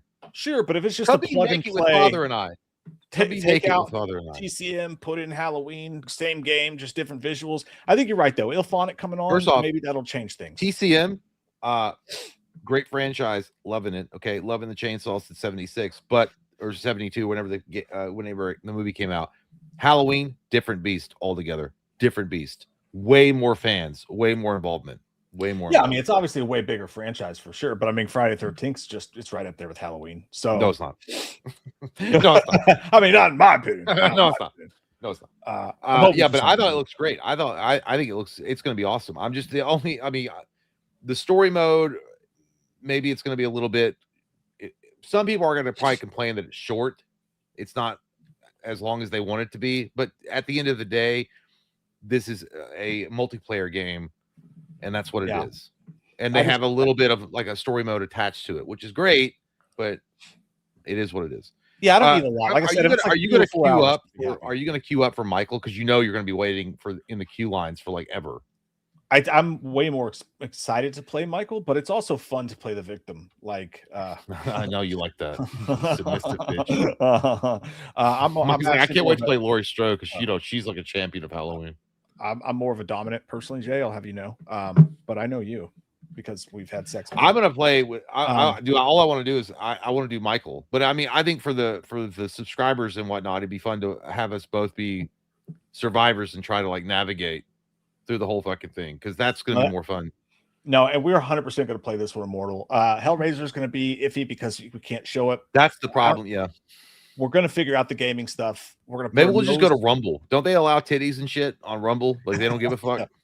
I don't know, and I can always edit it. Like if you do gameplay on Hellraiser, I can always edit it. I got to get a capture card. Together. Yeah, you got to get a capture card, and we got to figure out. I'm hoping your internet can handle that. It can handle that heavy load, but it's just got to be a certain time of the day because I live in an apartment complex and apparently a lot of porn is being watched at like high definition at certain times of the day. So Clinton is right. We can show it on Patreon. That is very true. Well, are you sure? Because I thought don't they have like a similar type of stance on nudity and shit like that? You just have to click a button that says this is not appropriate for kids. But why doesn't YouTube have that? Why doesn't don't they have an adult section? I don't know how it works, dude, because there's been Jason fan films that show titties and stuff. So like I don't know. No, yeah, so YouTube, like I mentioned this before, they're like a bunch of motherfucking Puritans that fresh off the Mayflower. They're like, is that even the remote shadow of an areola? Banned. Here's 6 the thing, months after you put it out. But if your channel is 18 plus anyway, or it's supposed to be, that's not our fault if somebody fucking lied and said they're 18 years old if they made their fucking account. Where are the fucking parents at? Huh? You play Maryland, but where were the parents at? They look where it's at. No, I'm just saying, like, it's bullshit to punish people on YouTube for just streaming a fucking game, and it might have adult themed content in it. And they're like, a child could have seen that. Okay. Like I said, I think you can show it. I just think that you have to click a certain thing on YouTube and they make sure you can't make any money off. Well, okay. If they unmonetize us, we've already been unmonetized a million times. I just don't want to get I don't want to get a strike. Yeah, that's I don't know how that works. I have to look into it for sure. But that looks great. So that Michael Myers little brief traipse through Haddonfield looked pretty cool. I think they're going to put a lot of time and effort into giving us a significantly cool experience for multiplayer. I don't know about the story mode. I don't think the story mode is slapped together. I don't think the campaign is going to be like just a run of the mill, we added that in at the last minute. I think they're going to put some time and effort into it, but at the end of the day, it's cool to have the story mode, but I'm buying it for the multiplayer experience. Yeah, I'm going to buy it no matter what because it's a Halloween game. You know what I'm saying? But moving on to everyone's favorite franchise, most specifically Jay's favorite franchise, there is some Scream 7 back news, I guess you could say. Someone just Matthew put a Lillard fucking dick in my mouth and keep me quiet. What? Matthew, get it up, Lillard was talking, and he laid out what their plans were to bring back Stu before that stupid dumb test audience didn't like it. And he said, I told Kevin Williamson, we spent the entire movie proving that Stu is alive. And then if he doesn't come out the door, people are going to be bummed. So what we should do is we should shoot a post-credit sequence where it's just Stu watching TV somewhere alive. Yeah, we shot it. I will say when they showed it to test audiences, they showed it without credits. So they go to the end and then they show me in a reflection watching TV and it didn't work. So it didn't work because they didn't test it right. But I think it would have been completely different without the credits. Yeah, you just got the right kind of audience that wanted that. Yeah, you're right. Like they sampled a bunch of random people and they didn't like it. But if they had got the hardcore Stu fans, it would have been different, right? I mean, that would have been different. One of the biggest things, you can say whatever you want about that, but one of the biggest things people were pissed about and disappointed with Scream 7, if you want to be on that side, is that they treated the whole movie the entire time like Stu was going to be alive. And then at the end, they just gave you, which I won't tell you what it is because you haven't watched it yet, they gave you a lackluster motive. And I've said that. I think that the end reveal was lackluster. Mike, in this movie. Stu is dead. Shut the fuck up. Michael Myers is dead. I'm going to Yosemite. I think Scream 8 might bring Stu back. I really do. I think that Kevin Williamson's not involved, probably for a reason, because he didn't really want it to begin with. And clearly the production company wanted it because they got him to shoot it. And I think that they'll bring Stu back in Scream 8. Here's the problem. Here's my conundrum. I thought Skeet Ulrich and Lillard were awesome as the killers in Scream 1. I really do. I think they were great. I think they were phenomenally casted. I thought they had great charisma. I think that they had a cool on-screen presence. The mistake came when Wes Craven just killed them off because he wanted a more realistic, grounded take on horror movies. And now they're fucking gone. If you bring them back, which you brought the Force Ghost back with Stu, it dirties up the material because now you're like, well, we're just trying to figure out nostalgia to bring people back. And if you bring back Stu, who's clearly fucking dead, you bring him back, it just makes it even more dirty. I like the character of Stu, but if you're gonna get mad, like Wes Craven didn't want Stu back. Why would he have killed him in the first movie? That's not true. That's not true. Oh they were God! going to bring Scream 3. Wes Craven directed Scream 3, and they were going to do it. So you can't say Wes Craven. Then why didn't they pull the trigger? They do it because of Columbine. Bullshit, dude. He probably realized how dumb it was. That's all known fact. The Weinsteins changed up everything because of all the stuff that happened. Listen, so, we've had this conversation. We don't have to go through I know, this. but here's the thing. Right? You bring all you gotta do is bring them back. All of them were playing characters. You can bring all the characters back and then have a killer come and kill all the characters. And but they get one last hurrah. You can even bring back Dewey. You can even bring back Dewey.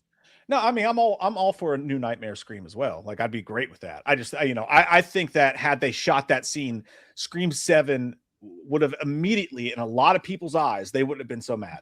I think had they shown Stu alive at the end of that, the masses that were extremely disappointed with Scream 7 would have walked away happier. I feel that way. I think so. Like, I do. Because it would have been too obvious to have him be the killer reveal with all the hinting you did. But if you threw that tack ending surprise on there, dude, they fucked up so bad. So bad. If they had shown that scene with Stu still alive, do you understand the astronomical fucking numbers that Scream 8 would have done? It already did great, but it already had done great numbers. Yeah, but this is how it works. When you come off of a disappointing movie, no matter how good the next movie is, unless it's fucking great, I'm worried about Scream 8's box office because there's a lot of people so disappointed with Scream 7 that might be out. But had they done that thing would have been, dude, it would have been the most talked about movie for 2 years, and it would have been a hard thing to pull off, but it would have been huge. Well, it would depend entirely on how they decided to bring back Stu. That would like him just sitting there watching TV as the credits roll. It seems kind of stupid. Well, no, I mean, all you're doing is saying he's alive. You're going to explain how he's still alive in the next movie, right? I know, but Scream 8 would have explained how. And you're right. Like, if they explain that poorly, it'll suck. But there's ways to explain it in a very smart way, and there's writers that could pull it off. And I think they could kill it. Again, it all depends on your explanation. And I'm gonna say it again. I like Matthew Lillard. I think he's a great actor. I think he's a cool guy. I actually do think he's a really nice dude. I've seen his interactions with his fans. He seems like a really big sweetheart. But the thing about him and that character is gone. And so is Skeet Ulrich's character. I know that they were like the heavy hitters of Scream 1, and everyone always references those characters when they talk about the best killers in the Scream franchise. But they're fucking dead, and the whole point of Scream it's fiction. It's not a supernatural movie. It's not supposed to be. No one's saying he should come back. No one's saying he should come back. Okay, but they cast Skeet Ulrich as a fucking Force Ghost. And now he wasn't a Force Ghost. He was. Oh my God! Force Ghost. You're literally saying that you don't understand the movie when you say. I that. understand. He wasn't a fucking Force Ghost. She was all fucking psychotic, but a ghost. Yeah, it was in her mind. Oh my God, dude! But it was still technically a Force Ghost. Not at all. Technically, it literally technically wasn't a Force Ghost. You could say that it felt like a Force Ghost, but technically it was not a Force Ghost. Avoid that. Like, it's not meant to be a supernatural film franchise. It's not. It's not a Friday the 13th. It's not a Halloween. It's not a Chucky even. Who's saying to make him supernatural? I didn't say that. Because how the fuck did he survive? I can explain it. I've said it a billion times. If I can come up with it, you don't think a really smart Hollywood writer could come up with it? That would be unbelievably stupid, though. Here's the thing: a CRTV that weighs like 80 fucking pounds back in the day. We can't go back to that. No, dude, Like- because it was a fuck. By the way, if you guys grew up in the 90s, those big ass fucking TVs that got dropped on his fucking head weighed like 80 pounds. And 50 Cent got shot 9 times. People Okay, been but 50 stabbed in the Cent was a brain. god I on mean, the streets of Siam. Like he was a god. people survive crazy shit every day. I'm not saying that. Every day. Okay, but either. Okay, you know what? He survived, but this motherfucker is talking like what's eating Gilbert Grape? Goddamn, Leonardo DiCaprio. If he did, hey Gilbert, find me, huh? Can't find me, huh? Like his brain damage would be ridiculous. Not a mastermind. His brain damage would be ridiculous. I don't think it's that insane, but at most, you have to agree it's at least an arguable point. There's a ton of people that would be totally cool with him coming back, and it could be explained away. I agree that you have to explain it very, very well and Very carefully too. Here's the thing. yeah. I think that Scream isn't dead, but they've got to do something new. They've got to go above and beyond. Hey, James, everyone knows Scream 7 was horrible, but you. I guess 77% of the audience on Rotten Tomatoes, 77% positive audience rating score. Like, you can not like it, and I won't tell you you have to like it. I get why people didn't like it. But there's this narrative where people want to act like everyone thought it was dog shit. That's just a lie. You're lying out of your fucking mouth. I mean, you are. So not everybody fucking hated that movie. What did you give it? I gave it like for me personally, knowing that I have a fucking Scream boner for eternity, I gave it like an 8.5. As a movie, it's probably like a 6.5. I gave it my rating for what I thought. With it. That's all good. But I don't think it's terrible. I mean, dude, I get it. No, I get it. Like you can have biases for movies. Like I have a bias for Ghostbusters, even though 2016 fucking sucked dick. 2016. Oh yeah, but it's all okay until it's me and fucking Scream, and all of a sudden I'm a lion. I can understand the bias, but I'm just saying personally. I do enjoy the Scream franchise, but it has to be a grounded approach because that's what Wes Craven wanted anyway. And if you're right, they could bring back Stu in some way, some capacity, but they would have to do it so goddamn carefully. Like they'd have to be Houdini with the script to make it make sense. You got to be great with it. You really do, for sure. But you know, I just think there's an expectation level. Like, well, how would you feel? Let me ask you a question. Since you're an uber fan of Scream and you love Scream, if they announce tomorrow they're going to reboot the whole fucking thing and Stu would come back or Matthew Lillard would come back in some capacity as a dad figure, at least he would be in the fucking movie or something. Because at this point, here's my thing about Scream. If you're going to reboot it, but don't bring him back if you're going to reboot it. Okay, well, I'm just saying like as a nod and the wink to the fans that love Stu so much. But that's like, I hate that. Well, I hate that kind of fan service. But that would make more sense though, and doing that and rather than like trying to figure out conjure up some voodoo spell that would make sense to have him in the movie. I don't give a fuck if Matthew Lillard's in the movie or not. But I like Matthew Lillard. Matthew Lillard being in any movie is a plus for me. I think he's a good actor. I think he's a great actor. Yeah. But it's not about Matthew Lillard being in the fucking movie. It's about that there is an opportunity there to tell a really cool story. And if you're not going to reboot it, and we're going to continue using nostalgia, then fucking pull the trigger. Take the panties off, put on your big boy pants, and pull the fucking trigger. Okay, but if they do that, I know that's fine, and I agree. But here's the thing: if they do that, then they're already Scream is not Scream anymore. You might as well just say it's a supernatural thing. Not if it's written well. I mean, like here's the thing: if they wanted to go that route and they want to play that, okay, you can change the whole course of it and say they're supernatural, and that's how they come back. That's cool. It would change the entirety of Scream immediately. But that would make sense though if they're like, all right, well, we're going to pull the trigger and bring him back.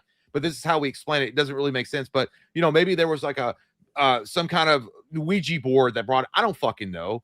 I've explained it before. I know, but the Scream franchise itself is supposed to be grounded in reality. A bunch of weirdos that love horror movies that are supposed to be like super fans that try to recreate their favorite kill scenes against victims.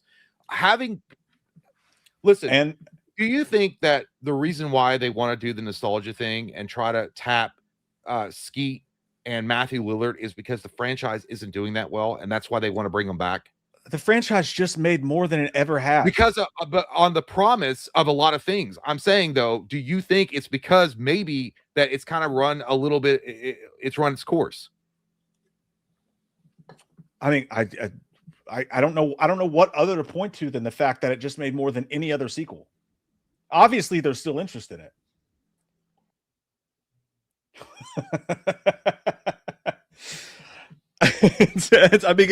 You can't deny the fact that like everybody wants to act like it's a piece of shit. The franchise is in the gutter. It just made more than any other fucking sequel. What do you want me to say? Want me to pretend that didn't do that? Because it did. You changing your battery? I can see the little black square. And again, you want to go through all, let's go through all the, like, let's go through fucking Halloween Kills. Let's go through so many Friday the 13th sequels. Let's go through so many of the other sequels that have put out movies way fucking worse. And I'm not saying Halloween Kills is way worse than Scream 7. That's really kind of up to your judgment about it. But I think part of the reason people are so mad and have to pretend that everyone hated it when they didn't is because they were so disappointed because you were invested in what was going on. But I mean, Scream 7 is fucking leaps and bounds better than so many other slasher sequels that have come out. Can you hear me now? Yeah, you disappeared completely. The ghost of Skeet Ulrich pulled me back. No, listen. Here's my thing, and people accuse me all the time of just hating Scream, like for no reason. I don't hate Scream. I thought Scream 1 and 2 were great, but I have a different expectation of the Scream franchise than maybe you, and that's fine. What I think of is that I think of a meta killer that just continues to raise the stakes and go, you know, these are regular folk that are in love with horror movies that kill. You know what I mean? Like it's not meant to be. Oh, you know what? We'll bring back the older killers and have them. I get what you're saying. I thought without a doubt, Skeet Ulrich and Lillard were the best killers of any of them, without a doubt. But unfortunately, Wes Craven killed them off. Let me point you to this. Like, this is what I'm saying. Michael Porter says, like, Mike hates The Conjuring, and I do. I think that franchise since the first movie, I mean, there's been a couple of good moments. Like, The Conjuring 2 wasn't awful, but I think The Conjuring 3 and 4 were abysmal, dog shit, awful Hollywood turd movie making, and yet make billions of dollars, and all their fans are like, you don't know what the fuck to talk about. These movies are amazing. Like, I can't believe it's so sweet when they had the barbecue for 30 minutes in a fucking horror movie. Like, it's okay for people to pretend like that shit's okay. Scream 7 is 10,000 fucking times better than The Conjuring 3 or 4 could ever hope to be. It didn't have fucking terrible CGI booger monsters going and then disappearing. Yeah, and then there's not much. Well, there's not much of a benchmark to beat those movies. I think Conjuring 3 sucked dick. Right, but there's no, like, you could be like, I like Conjuring, and it's not a you'd be like, I like The Conjuring 3 and 4, and honestly, if you say you don't like it, you get more shit than if you say you do like it. But you say you like Scream 7, people acted like you fucking fingered their mom. It's crazy. Did you have a good time doing it, though? I mean, that's the question. It was fantastic. No, well, I don't understand. I haven't seen Scream 7 yet. I haven't. We're waiting. We're going to be doing that at some point on Patreon. Yeah. We're going to do a commentary. It's going to be fun. It's going to be a fun. I've never seen it, and I'm coming in with open hearts and open minds. All right. I told you, like, you're going to hate the reveal. The reveal sucks. The reveal in the movie fucking sucks. So, I'm going to give it a chance. If you're going to a Scream movie and you only care about the reveal and the Scooby-Doo part, that's all you give a fuck about, you're going to hate it. I don't mean you. I mean anybody else is going to hate it. No, I'll be fair. There's stuff in there Scream fans love. Yeah, I'll be fair to the movie. Like, I want to just see a good movie. That's why if it's a good movie, I'll fucking say it's a good movie. I don't give a shit. I thought Scream 5 was a good movie. I didn't even mind Scream 5, except that like you could tell who the killer was right away. Like I feel like the guy from The Boys, you were like, yeah, that's one of the killers immediately. It's crazy because like it's a Scream movie where Ghostface is cool. The mystery is really good up until they reveal it. The mystery is good. You are wondering what's going on. There's a couple twists and turns. Neve Campbell's return as Sydney is fucking fantastic. She actually feels like Sidney Prescott far more than she did in her return in 5. She felt like she really owned it. They introduced a couple of really cool characters and had some great kills in it. It's a slasher movie, and you at least get that.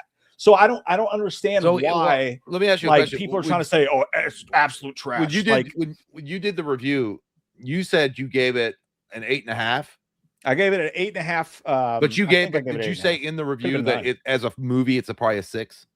My opening lines in the fucking review were this movie had a lot of problems and I still loved it. That's literally how I opened the fucking review. Okay. But you're saying that as a film itself, it's probably a 6. And honestly, like I think I was pandering. I think it's more of a 7.5 to me, like as a movie. Like I think that I've let people beat me down. Like I'm gonna give it a higher score. No, I mean I think you should stick to your guns. If you loved it, you loved it. Yeah. I mean it is what it is. the more and more I think about it, like it's not nearly as it has a disappointing final act. I mean, it does, and I think if well, that's why it's going to be great when we do the review together, because I think Scream has significantly lost touch since Scream 2. I think it's been on a downward trajectory. I think it kind of corrected in Scream 5 a little bit, but it just didn't capitalize on that, and then it went back to the formulaic bullshit. I think Scream 6 sucked. I hated that fucking movie. I would argue with you that like the majority of Scream final act reveals are a tad disappointing. I mean, every single one. Not one single Scream sequel has even come close to the top of the mountain that the first Scream reveal was. Not one. Not I think two. I think the only way you can do that is you got to go back to the bare bones. Yeah, that's it. And you know what, dude? I would actually be more excited. You won't believe this, but if they did not reboot Scream, but tell a brand new Scream story, and it was a fucking banger, and it was awesome, I would be happier with that than I would even then bringing Stu back, because that would open up a whole fresh new world. That could be worked out, but I think the way that we cleanse our palate, we have to kill them all. Kill them all. Kill them all. Make it like, but they're never going to kill Sidney. Make it a Wes Craven New Nightmare and go from there. Here's the thing: see, you can't say that. You can't say that. No, because Nev back lessens the first film, and then say no. But you can't say that like, oh, bringing Stu back makes the first film worse, and then in the same breath say they should kill Sidney, because killing Sidney makes the first film way worse. I'm trying to give everybody what they want. You can bring them all back, just make it a Wes Craven New Nightmare, and they can all come back. Yeah, and then you can have their on-screen presence be there, and then have a new killer that pops up and kills them all. Like, this was all a documentary. All the Scream movies were just a documentary or something, and then you have a new Scream killer. Obviously, I'm not a Hollywood writer. That sounds like shit. It's coming from my lips, and it tastes like toxic waste. I understand. I'm not a Hollywood writer, right? I get it. But something like that is what I'm saying. To reboot that series, you got to get rid of all that baggage that is already attached to it. It's not a Saw franchise. Like, Saw is different. Like, Saw franchise makes, like, it's a mess, obviously, right? Tobin Bell has got to, I love Tobin Bell, but Tobin Bell's got to go at some point, and you got to bring it something fresh. I've been saying that they should. I've been saying they should New Nightmare Scream since before Scream 5. I think it's a great well, that's what they should do, and that way everybody gets what they want. You get the nostalgia crowd back, because you get to have all the characters back that everyone loved: Jerry O'Connell, Skeet Ulrich, Matthew Lillard, Nev Campbell, all those people. Dewey, I don't know why I'm fucking blanking on his name. You can have all those characters back. They were kept, and they're all hunted down one by one by the new killer. That I don't know, something like that. It'd be so fucking Wes Craven. That's so Wes. That's 100%. That's exactly why I would do it, because the whole point of Scream is to be meta. I agree with you on that point, dude. Watch this guy. This is this has nothing to do with anything. It's just funny. Keto light, apple. Keto light, apple. Yeah. Keto light, apple. That's how I felt when I picked up Miller Lite today. Tell me they get it.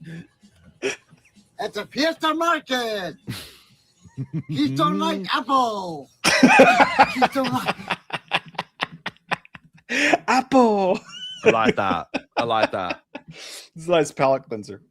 Nice little palate cleanser. Let me show you. Oh, wait, you go ahead with yours. No, you're good. I want to show you. I want to show you this, dude. Hold on, let me see it. Where's it at? I know I did not get rid of that. What the fuck? Find him. I know. I'm trying to find it. Wait. Man. Apple. Okay, well, I have apparently fucked myself, because I had something that was really great. Well, I'll show you this anyway. Do you guys want to see what life's like living with an 11-week-old puppy? Check this shit out.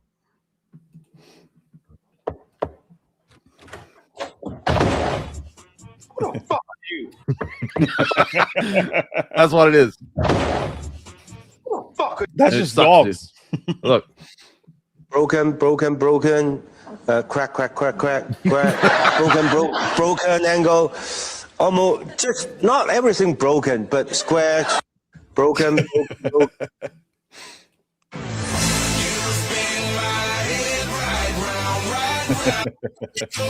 Go up in there. No, it's true though. It could be like that.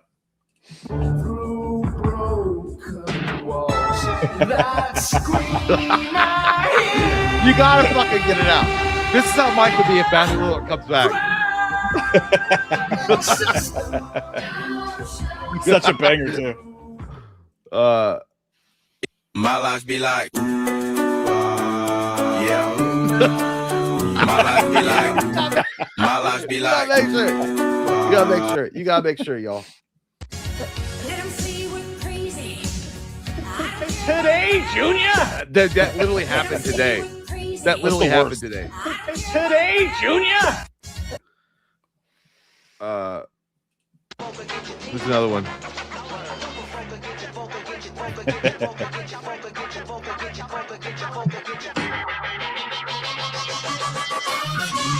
I do this shit too. When she gets pissed, I get mad. That's an all-time great music video too. What the fuck was that? What was that? Come on, you ever seen that original video? That was in Liberty. I didn't know it was Kentucky. Yeah. What the fuck was that? It makes sense. That dude looks like a bad guy in a Quentin Tarantino movie. What the fuck? Oh my lord. It is very scary. Go lucky down! Ladies and gentlemen, that shit is Corey Feldman. According to Corey Feldman, he should have got that part. Dude, look at this. You see what the fuck I just saw? He broke that dude's fucking neck with his mind. Yeah, we gotta go, bro. We ain't equipped for this shit. Yeah, let's get out of here. We're on the way to the We gotta hide. We gotta. Oh shit, I'm scared. There's nowhere to hide. Oh shit, I'm scared. We gotta. Oh shit, I'm scared. There's nowhere to. It's so weird. This is the end. I know. Anyway, I just wanted us all to have a good time for a second. I love those, dude. It's the Let's fucking stop, best. I really let's gotta stop the stream hate, guys. Okay, I gotta get back into my Instagramming. Okay, new trailer for The House at the End of Oak Street. This is a J.J. Abrams type fuck around fuckaroo involving dinosaurs. I haven't seen anything. I've seen the thumbnail. I haven't watched it though. Yeah, it's we'll see. Did anybody else see that weird light last night? What weird light? The wind was blowing all crazy. Starbuck was freaked out and barking. Could have been lights from a helicopter. Or a UFO? Aliens. Shut up, Dad. He doesn't age, dude. No.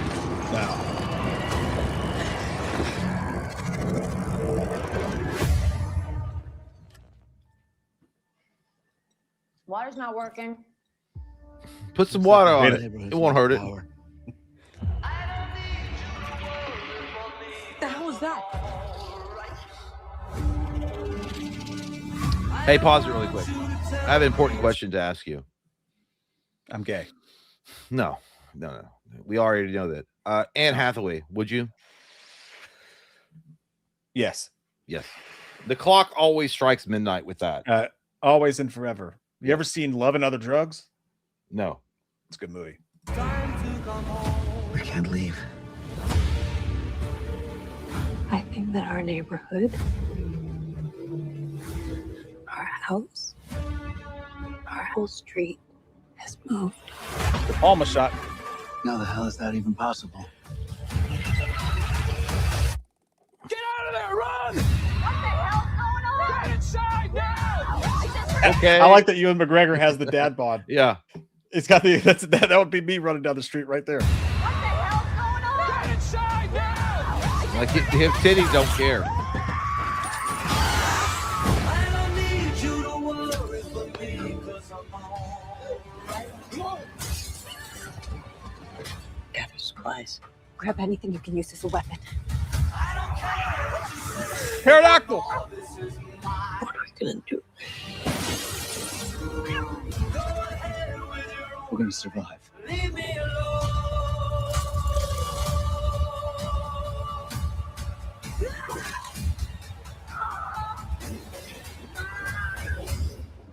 God's not gonna let us die here.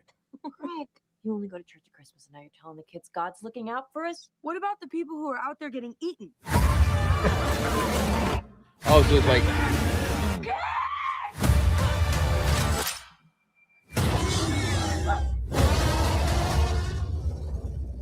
I don't need you to worry for me, 'cause I'm Like, all right. great premise, by the way. They just wake up and their home has been moved and they're in a world around dinosaurs. It's a great premise, but is the movie going to be good? I don't know about that. You know, I was like, I don't care. It's all right. Like, Jurassic Park in suburbia is a great fucking idea. I wasn't impressed with the look of the dinosaurs or the cinematography at all, but I love the idea. Yeah. Stop looking at your dick. Isn't this a YouTuber movie too? No, this is I thought a YouTuber made this. no. Let's see.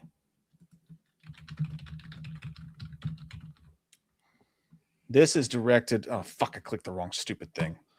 Directed The by House Matthew Lillard as Stu. Stu. He directed this. The End of Oak Street, directed by David Robert Mitchell. Who I thought I thought it was a YouTuber thing. I don't no, know. he directed It Follows. It's from the guy who directed It Follows. Yeah, So like, there's it looks fucking okay. T-Rexes at the end of the street. You got to be careful. It sounds like a Yeah, Goosebumps novel. Yeah, Iron Wolf said it's Chris Stuckman's second movie. I think it looks pretty good. It just depends on if they pull the trigger or not and make it badass. I don't know. All right, couple more things. Did you hear that interview? Or not hear the interview? Did you read the interview about Quentin Tarantino and Brad Pitt? Yeah, where he yelled at him. He was Yeah, he was like, "Don't you ever fucking do that again, or you're dead in Hollywood. You're dead." And that's like that. You're talking to Brad Pitt, Quentin. Well, so apparently Quentin Tarantino was pissed off at Brad Pitt. I don't know the actual. Is that the story? No. This is the newest thing he said. Tarantino had said, I don't know if it was Troy. I don't know what they were filming, but apparently Tarantino was pissed because Brad Pitt said stop filming or stop rolling. And he's like, yeah, he said cut camera. Yeah, cut camera. And apparently there was a hush that fell over the crowd and fog rolled in and a thunderclap was heard in the distance and native drums. It definitely sounded over dramatic. And then Quentin Tarantino was like, what did you just do? It's like, what did you just do? He's like, I said cut camera. He's like, don't you ever do that again or you will die in Hollywood. I was like, what?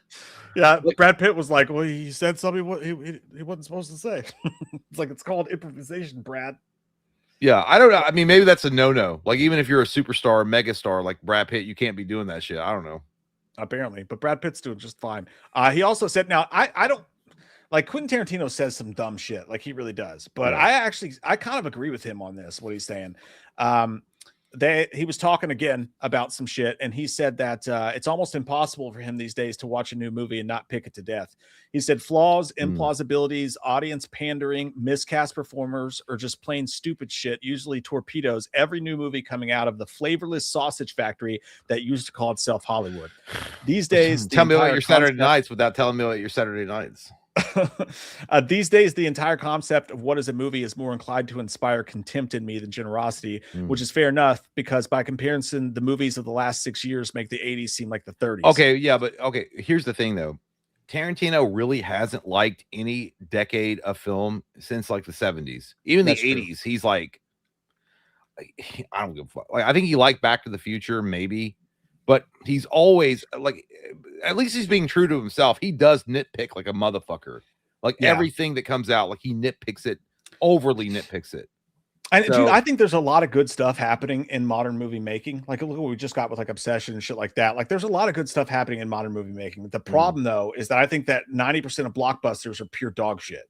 Like, and like, I know everybody says I complain about CG. Well, movies don't look like they used to. They didn't. They used to actually put in the work and make it try to seem real. And now it's a computerized dog shit effect. Yeah. So like, I agree with him in part, but also, But Quentin Tarantino also comes across as very bitter and like mean-spirited in a lot of his approaches to everything that is not 1970s film. So you're never going to hold a candle to what his expectations are. Like his expectations are like I love Tarantino films, but like he wants this thing. He wants like a fucking magical cinematic experience every fucking time, and that's just not even at the height of Hollywood. That was never what you're not going to get that. Yeah, right? This is true. I think it's one of those like both can be true type things. John Wick was apparently fucking stolen. The entire idea. These people say. Well, there we go. It's gone now. When you read what they say, it's pretty interesting. This guy who directed a screenplay called Blood for Escobar, and he turned it in, and the similarities are crazy. He's seeking $10 million because they stole it. Again, it's weird that this comes out after like. By the way, sorry, I thought that was my screen. I hit remove. Oh, it's all good. I put it back now. But he says that in his script, the screenplay starts with a home invasion of the protagonist Alex, in which his pet is killed. Afterwards, he recovers a cache of weapons in his house, setting up a pulsating action sequence at a nightclub where he confronts the antagonist. They also both feature a network of assassins operated by ritualistic and bureaucratic organization. An important distinction: in Blood for Escobar, the organization called the Company arranges Kevorkian killings of clients who want their families to receive life insurance payouts. So that part's different, at least. But he said that they intentionally sounds like Billy Corgan when he talks about Nirvana. Intentionally, blatantly, and without authorization, copied his screenplay. And this is kind of weird. Other similarities: a treasured silver screen era Ford Mustang was included, a supporting character who's commissioned to kill the protagonist but later helps him, and the organization of assassins turning on the central character who's exiled after refusing to follow orders. In both films, the antagonist gets away and is finished by a bullet later in a different location. And those are basically the tie-ins. But okay, well, if you go sue, I guess, and see if it happens. No, the reason why I brought up Billy Corgan, which I was not aware of this until I talked to my brother earlier today, and he's a huge like music guy, so he loves all the bands and shit. He was talking about Billy Corgan, and we were talking about the most delusional people that exists in Hollywood or the music industry, and he has Billy Corgan alongside Bret Hart and Corey Feldman as like not a lying sack of shit, but just a delusional idiot. Billy Corgan apparently they played back in the day Smells Like Teen Spirit, and then he's like, yeah, they were playing me the song, and he was like, I immediately stopped playing it. It's like they ripped off my entire sound. They ripped off that's fucking ridiculous. They don't sound apparently like he Smashing said this Pumpkins. like he literally believes that Nirvana ripped off his sound. Billy Corgan also went to court and sued Collective Soul for stealing a bridge line of his song or some shit. Don't think about that song, baby, telling you. And he was like, there's a bridge that sounds just like his shit, and he sued him in court, and he lost because the Collective Soul lead singer was like, we had this bridge like 20 years ago. The point being is that obviously people borrow shit from music all the time to create their own sound. Maybe this guy inspired somebody to write something similar, but it doesn't mean he stole the fucking idea. Yeah, the only thing that sticks out is that he can literally point to where he says that he one of the people, like one of the producers or something on John Wick, was involved with a screenplay competition in which he sent his script into. And another that might change some things. I don't know. And there's a second guy who's with an agency that wanted to see his script, and then John Wick came after. I'm just confused about why wait now. I mean, it's been like this franchise has been going on for like 10, 15 I years don't get that. Like, obviously, if I saw something as popular as John Wick and I had wrote something exactly like that, I'd be like, what the fuck? I would have said that after the first movie. I'd be like, that's my shit. That's my idea. Yeah, maybe it took him a long time to find a lawyer who would take it. I don't know. Like, you never know. You can't really comment on it because you don't know. Maybe they stole it, and if they did, that sucks. But by the way, I'm going to go on record and say I think that Billy Corgan and Smashing Pumpkins are overrated as fuck. I've always thought that, dude. I would never pay money to see them. It's cool if you like them, but I think Smashing Pumpkins had like 2 good songs. Yeah, they bore me pretty good. I like the songs that I like, but they bore me pretty good. What do you think about this, dude? This is kind of crazy. Check this shit out. This is kind of buried the lead here. But well, give me 1 second though. I got to go pee. I'll be right back. Okay. This, well, I'll save that for when Jay gets back, but I actually have to pee a little bit too. Keystone like apple. Keystone like apple. I just find Smashing Pumpkins boring, you know? Like, it's a good song. And despite all my rage, I'm still just Rat in a Cage is a great song. But, I don't know. I don't think anybody really gets their juices in a squirrel over Smashing Pumpkins. But I just saw they're touring. They're doing like a lead tour. And I'm like, I don't know how many tickets you're going to sell, dog. I'm like, I don't know. You're going to have to pair up with Third Eye Blind or something to really get that thing going. Blue Red, no, I haven't watched any good TV series lately. I'm still watching Mad Men and shit, but I am very excited to watch Cape Fear. I think that looks pretty cool with Javier Bardem and Patrick Wilson. I think they got the roles backwards. Patrick Wilson plays the Robert De Niro character, and Javier Bardem plays the Nick Nolte character, which you'd think it would be the other way around. But it'll be interesting to see for sure. That's what it was, Eric. Nailed it. Just fucking completely nailed it. Bands I don't get. Like, what are some bands you guys don't get? Radiohead, it's fine. I don't really get why they're like so distinguished. Coldplay sucks shit, in my opinion. Never understood that. U2, oh my god, I've never gotten U2. What a bunch of self-inflated ego fucks they are. You guys had, in my opinion, one good song, and it was on the Batman Forever soundtrack. Shut the fuck up, Ice Skate Jesus. All right, shut up. Yeah, K-pop, but that's just not my thing. Of course, you guys are going to say Blink, okay? Of course. You're trying to rage bait me, and it's not going to work, all right? It's not going to work, you motherfuckers. Shut up.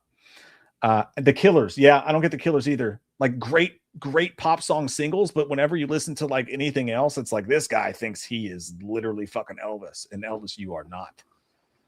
Elvis, you are not. Blue Man Group. I fucking forgot the Blue Man Group existed, dude.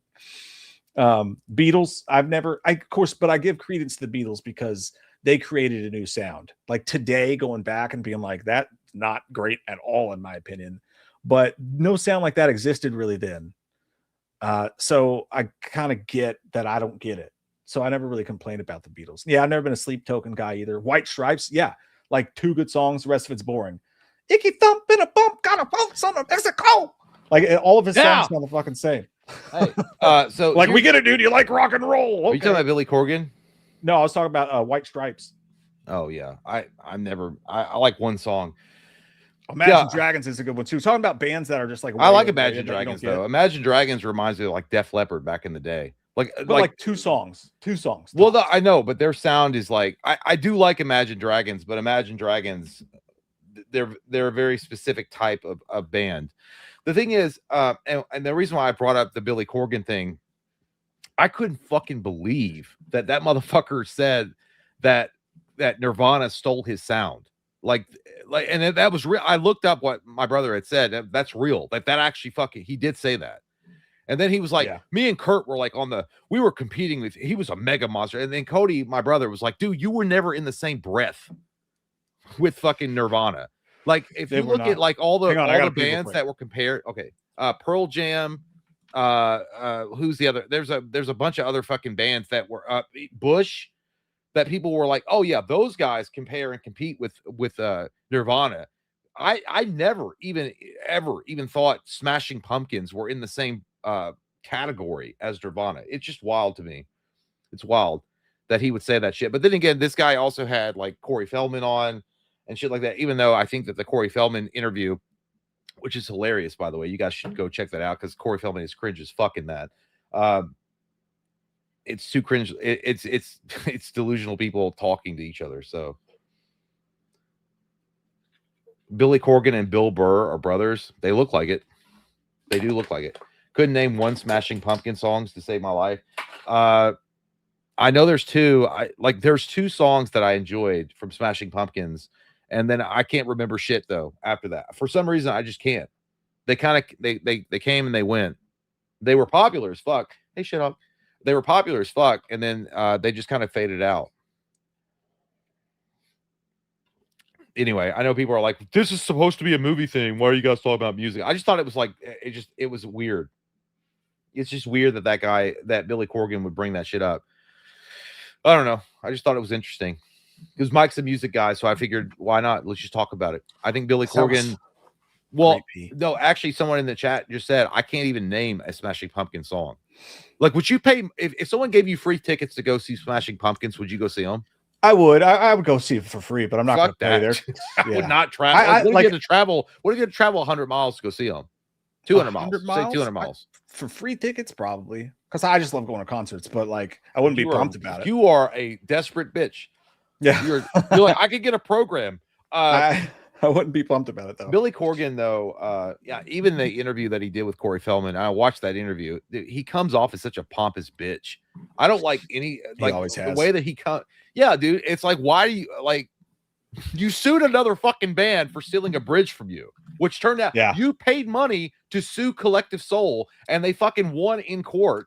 He has a podcast where he just like he interviews like Gavin Rossdale, Bush, and shit like that, and he just talks incessantly and interrupts him. And well, that's what you know. What's funny is like when I was telling chat here, the only people that were in any kind of comparison with Nirvana back in the day were Bush, Gavin Rossdale, or Pearl Jam, and there was another couple of bands that were in the same. Chains. But Smashing Pumpkins, Alice in Chains, Smashing Pumpkins wasn't even in the conversation. I never remember back in the day when Nirvana came out, anybody comparing Smashing Pumpkins to Nirvana. Nobody. Hey, you shut your mouth. Creed's fucking amazing, Iron Wolf. All right, I'm about to put you 6 feet. I love Creed. You know what I'm saying? I mean, Creed is a very specific type of style and music that you have to be in the mood for. You're like, yeah, I just want to get depressed. What was that? The prison song. What the fuck is that called? My Own Prison. My Own Prison. Yeah, you gotta be down deep in those Fireball whiskeys, and then you listen to that. It's turned into fun music for me though, because it's like great drinking music, you know, because it's like ironic, but it's not. I don't know how to explain it. How do you explain this? What's weird is that Creed actually Creed's songs could have worked in Thomas Jane's Punisher. It could have. Oh, 100%. You can put Creed songs in any movie, it'd probably work. Zack Snyder is the director of the remake of Escape from New York. What do we feel? It's exciting. I think it's very interesting, dude. They're gonna cast Robert Pattinson and Snake Plissken, you bitch. You like that? I'd be fine with that. Actually, he'd be a good. No, you wouldn't. You would hate it. I got no problem with Patty Pat. Maybe they'll cast Matthew Lillard as the president. Dude, actually, like you're kind of playing with fire. Like I think that's great. With fire. I think that's great. I think that Zack Snyder could bring some cool shit to it. I think that obviously Escape from New York is a John Carpenter classic, and it works very well for the time. You had Donald Pleasance as the president.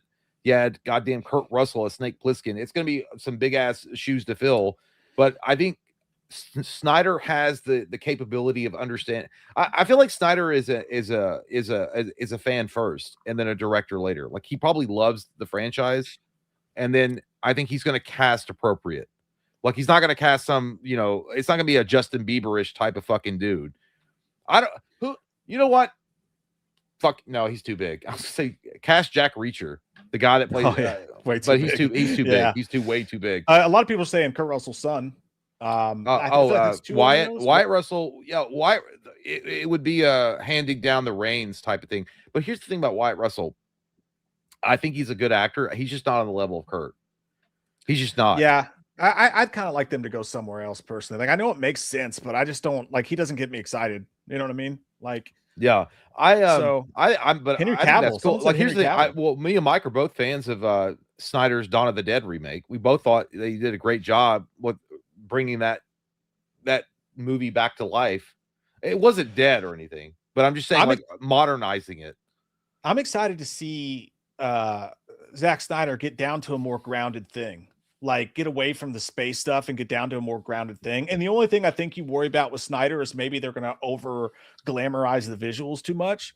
But because I think what you want is something that feels like a John Carpenter movie, but he can pull off that kind of badassness. He did it with Dawn of the Dead. Yeah, I think that's exactly what I think that Snyder proved it with Dawn of the Dead. I think a lot of people think that he's a visual guy first. Like you look at 300, you look at his take on DC. Those movies have to be extremely visual, like artistic rendition. You know what I mean? Like they have to be over the top. Watchmen, they have to be. They're comic book movies. I think that his ground it takes though, like with Dawn of the Dead, can work significantly well with Escape from New York. Which it makes me kind of sad, dude, because I always thought that I really did, dude. There was in the back of my brains. I always thought that John Carpenter would come back and do one more movie with Kurt Russell and do Escape from Cleveland, because in Escape from LA they talked about everyone Cleveland. wants to escape Cleveland. Well, So, no, yeah, that but makes sense. there was a moment in the movie where he was talking about Carjack Malone, when Kurt Russell's Snake Plissken was talking to Carjack Malone. When he runs his hand up his crotch and he's like, the more things change, the more they stay the same. It's glad to know you're packing a little iron between your legs. Like when he's talking about like escape, like that he basically Snake Plissken got betrayed in Cleveland. I thought that John Carpenter was going to come back and tell that story.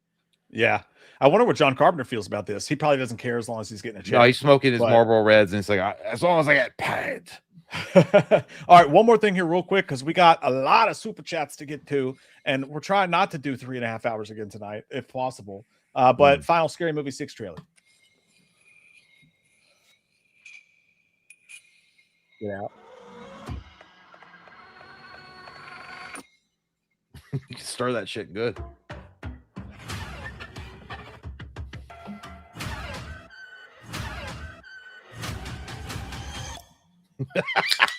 He said nope. Get out. I'm high as fuck. Need 3, my nigga. Demonetization right there, because we played that. You know what they say about the crazy ones? They got the best.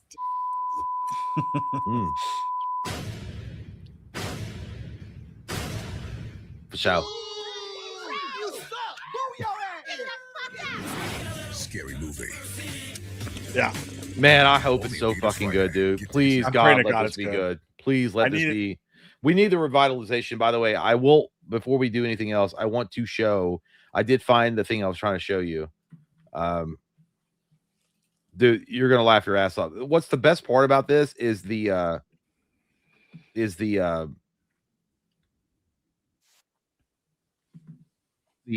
comments, but I don't know if I can show those. So here we go. Watch this shit.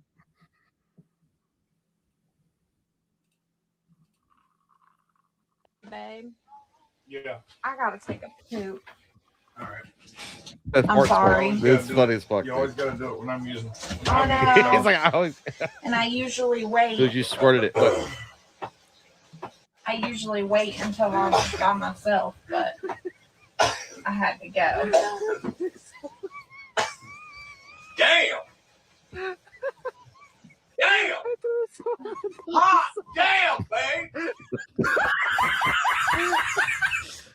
You're gonna have to get the hell out. Open the door. Ban it. Ban it. Ban it. Ban the damn door. Hell no. I'm almost done. What did you eat? I told you every time I drink coffee. Are you gonna fall out on the floor? Oh! Get my towel. By the way, that wasn't. I was just trying to find the video. That's some bullshit. That's not the original video. Somebody just uploaded that and put that annoying laughter track over it. But yeah, that shit was funny as fuck. Whoever did that video was great. But anyway. What I find disturbing is that she does that often. He's like, "You always poop while I'm showering." I'm like, "That's nasty, dude." I'd be so mad if Katie ever done that? Shit. Has she ever done that where you've been in the shower and she's had to poop and you've had to deal with that? Never. Never. No, at all. I wouldn't do that to her. I've had to literally shit like fucking slivers of death, and I've waited until she got out. Dude, I'd have to. If she was in the shower, my ass would be pooping in the lawn. I'd be in the backyard under a bush. There's no way. I just hold that shit. I just hold that shit. I hold it. That's too close. You can't be that close with someone. Like there's limits. But you're apparently a bad husband if you don't allow that. And the people in the comments in the original video, they were like, "Oh, he still called her babe." Because he's like, "Babe, what'd you eat?" Because it's like I have sex with you, and that's like you smell like a corpse. Like I can't believe that comes out of your body. Buddy, that is nasty. That's nasty. So I want to get some of that fart spray though. see what kind of things we Dude, can it's great. You know what you should do is you should get the fart spray and then use it like when you get an Uber from the bar and just squirt it once and just make it like a decently long. I mean, obviously tip the guy well, but just make it a decently long trip. Like, oh man, that was like I had some Mexican earlier. Shit, man, thank you for picking me up, and then just squirt that shit, and then he'd be like, God, like maybe he'll be like, what have you done? Maybe I should. You'll be rolling out of the back windows. Like, no, it's good. That's a good break though.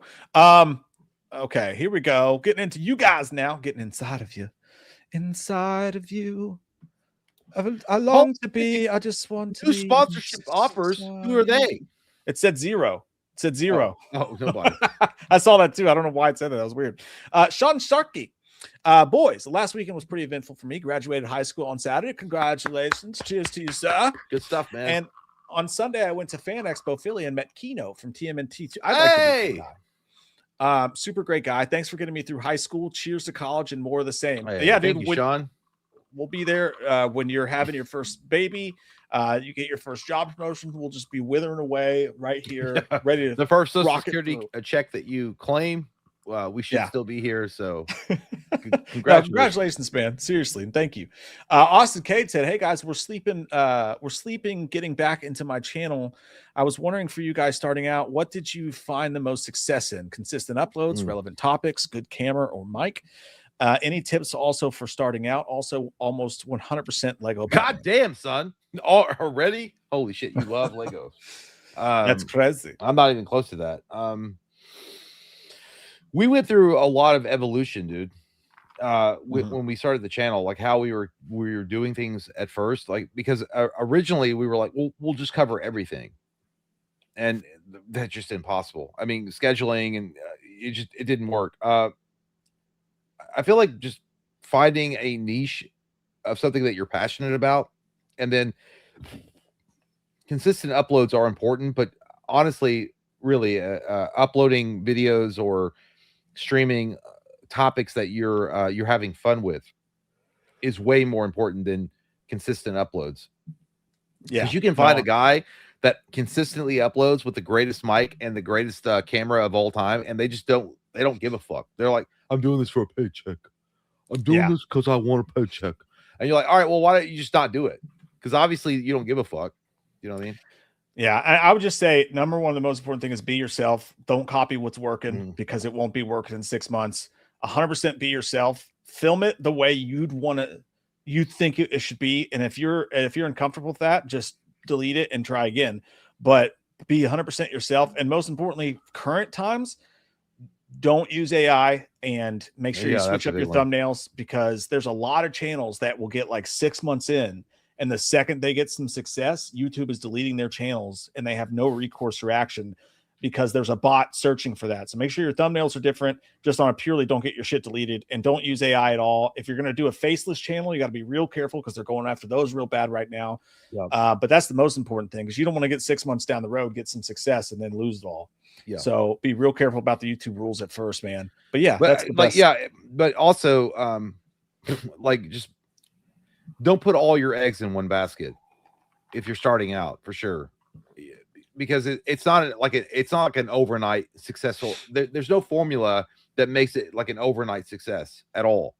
Yeah, like it takes time, it takes effort, it takes, you got to build an audience, you got to build a following, you got to build people that are interested in what you're saying, and that takes a minute, right? Yeah, you got to do something you love, because it's probably going to take a really, really long time. Don't be weird, and don't be like weird and be like, I'm going to cover all of it, because you can't. You can't fucking do it. You can't. Yeah, and to be yourself, man, is the most important thing I could tell you, because you're going to be doing it for it's going to take a long time, no matter who you are, for the most part. Tanner freaking Bowles, thanks, buddy. He says, sup, fellas, I'm seeing the band President in Louisville, KY in September. Fuck yeah, dude. Is that the Louder Than Rock Festival? I would love to see them. Yeah, Louder Than Life, you just said it. Along with some awesome bands. Loomis, Dr. Chalice, there was a rumor y'all would be at Pride this year. It already happened, and I was busy, but I would have been there. I would have been there sucking and fucking and touching, as I usually do Pride Month. Happy June, everyone. It's a great time for people who like to fuck. I'm prideful that Michael is still locked up. and that any day the authorization he dies comes through. That's it. What are you talking? What is pride? What is this? About taking pride in your work, which you can't do because you clearly I suck at it. take pride in my work, you goddamn alcoholic fucking dirty herpes. Shut up. I'm taking this prescription. I haven't had a flare up in like 3 days. Kevin Nelson says, "Hey, Case, love watching y'all's live stream. It's always my favorite part of the week. You guys rule. Also, in all seriousness, for Pride Month, do you think gay midgets come out of the cabinet?" Yeah, the show they do. 100%. I've never heard that one before. And you know what? There should be a camera on that when it happens because I think that would go viral as fuck. a bunch of gay leprechaun midgets coming out of cabinets. They should do that. That'd be great. You should make a YouTube short of that, dude. Eric the House said somebody at work tried telling me I wasn't black. I proved him wrong. If you catch my drift, eggplant emoji. Love y'all and the Wham fam. You're black. Well, I mean, Eric, you're black. I've seen his profile picture. He's not. He's just talking. You're just fucking using lying. it as an excuse to talk about his wiener again. Eric, you're black. You're lying. The way that I'm you talking talk, about your dinghy. Yeah. Hey, thanks, Anonymous. Appreciate that, man. You keep being you. You keep being in the shadows. We love you. They also say I think they accidentally sent it empty and then had to do it again. No, that's all right. Hey guys, Obsession. I love Passenger, was freaky. Mandalorian and Goroku was great. Next week, Backrooms. Longtime listener, weekly watcher, come to Illinois and hit Nightmare on East Chicago Street with Svengoolie. I don't know what We're looking. You gotta know what a Svengali is before you know what a Svengoolie is. Yeah. You gotta know what cricket is before you know what crumpet is. Or no, yeah. You know what? We're looking for some kind of con that we can invade, I suppose, in the future and like kind of do our thing since Scarefest butt fucked is so bad. Maybe in the future we'll do that. I love your attitude, man. I love your attitude. I love, you loved Obsession and you're like, I don't give a fuck what the score said. I love Mandalorian and Grogu. Even though hey, I heard some people say it was a fun action movie, which it's just not making what it should be making. I think it's the lowest grossing Star Wars film since Solo. It's not doing well. But hey, you know what? If you like the show, you like the show. So whatever.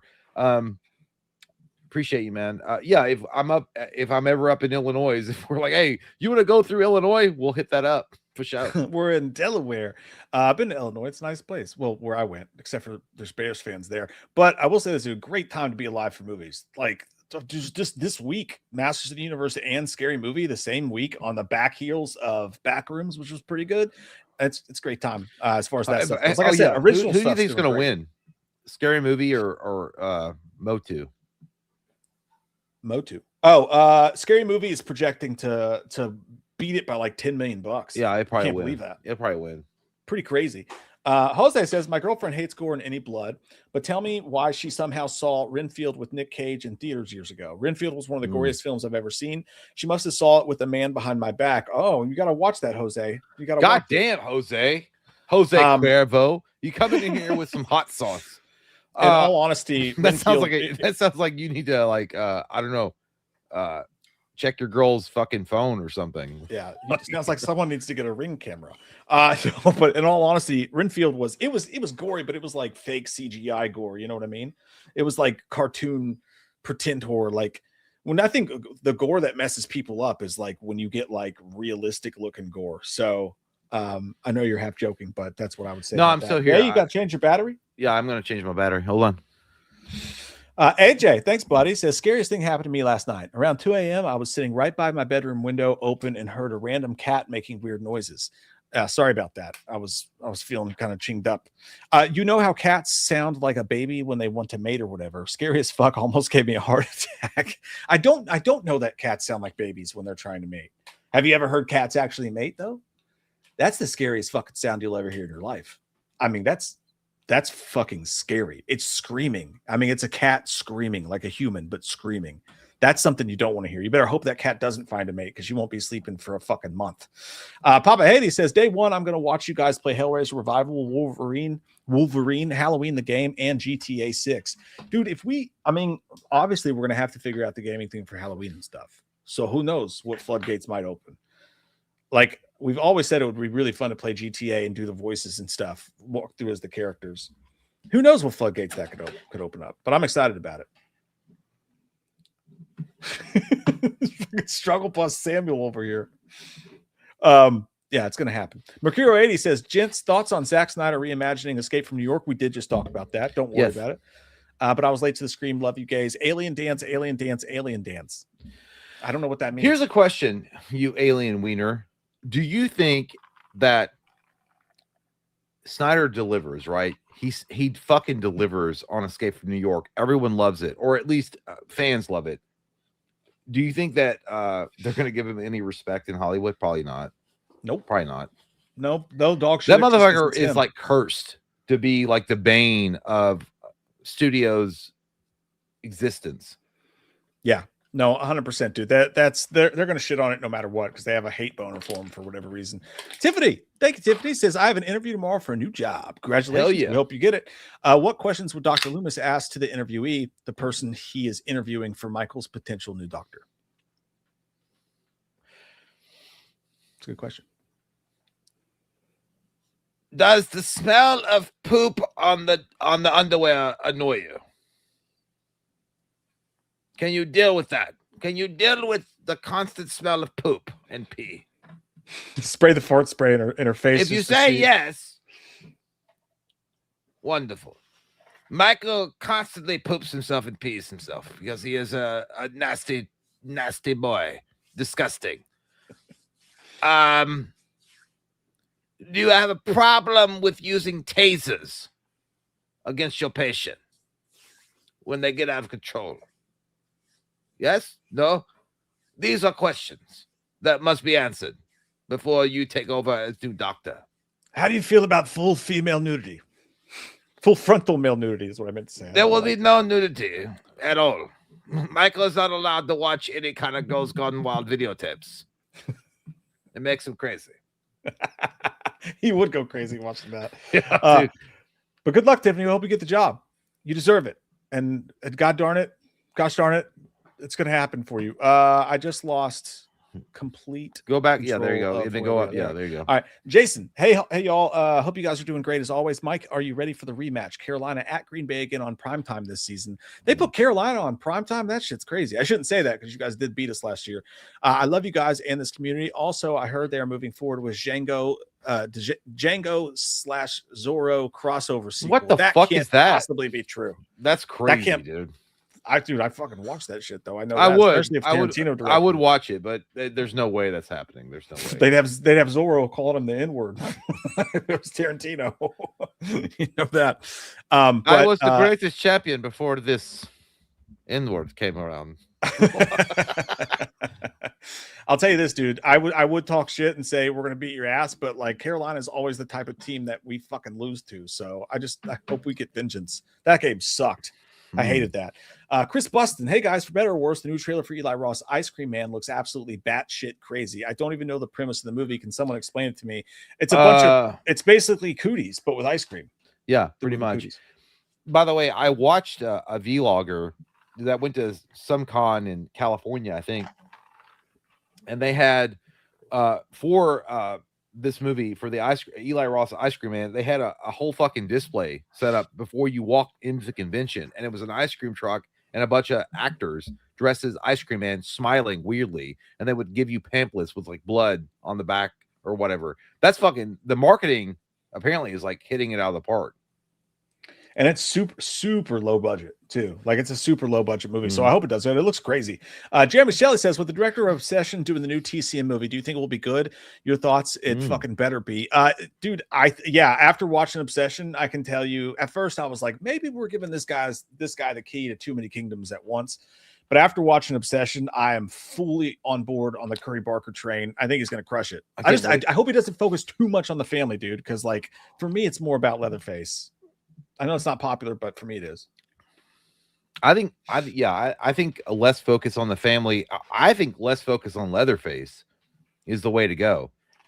Like what I want them to do is focus on the survivors more, like their story, and like I want them to put the the audience member in their position. That I agree with. And that's what I want to see, because that's what Texas Chainsaw Massacre did so well, the original, is that it's a weird ass movie, but you're like, you can kind of see yourself as those weird like teens like traversing Texas, and then you have this fucking weird encounter.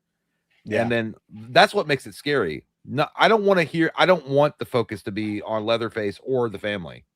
Everybody's saying El Gato. Did my camera flip out for a second? Did I clip out? Because I'll fucking lose it. But yeah, no, I agree with you. I just don't want the focus to be on the family. They annoy me. Like, we get it, your redneck's crazy. I mean, what annoys me is my bladder. I have to pee. I'll be right back. Okay. I hope to God my shit's not flipping out again. Man Tomorrow says, "What's up, Mike and Jay? I hope you guys are having a great weekend. Or week. Jay, I'm with you, man. I have also pre-ordered Wolverine. Over the week, I have been watching Spider Noir. I'm only on episode 5, but it's surprisingly pretty damn good. Love you guys. Love you too, man. Also, Man Tomorrow is always fucking awesome. Just a happy dude. Always happy to have you on here, brother. Appreciate you. And secondly, I can't believe Spider Noir's 5 episodes. Like, I can't believe that no one's talking about that. It's Nick Cage in a Spider-Man thing. Why is no one watching this? At least it feels like no one's watching it. Am I wrong about that? I have no idea why that's not a bigger deal than it is. That's crazy to me, man. But I'm glad it's good. I want to check it out at some point. Max, ever had an actual bad / mean teacher? I had a 5th grade teacher who hated my friend CJ for no reason. It was crazy. She'd ignore him, always yell at him. One time he was talking to a school staff member. I caught my teacher mouthing, "Shut the fuck up," under her breath. That's crazy. You know, who knows? Maybe she went to school with his parents or something like that. I don't know, but she sounds wild, dude. But no, in 3rd grade, I did have a really mean teacher, and she picked up the Globe, and I always had ADD, so like I was never a great student or whatever.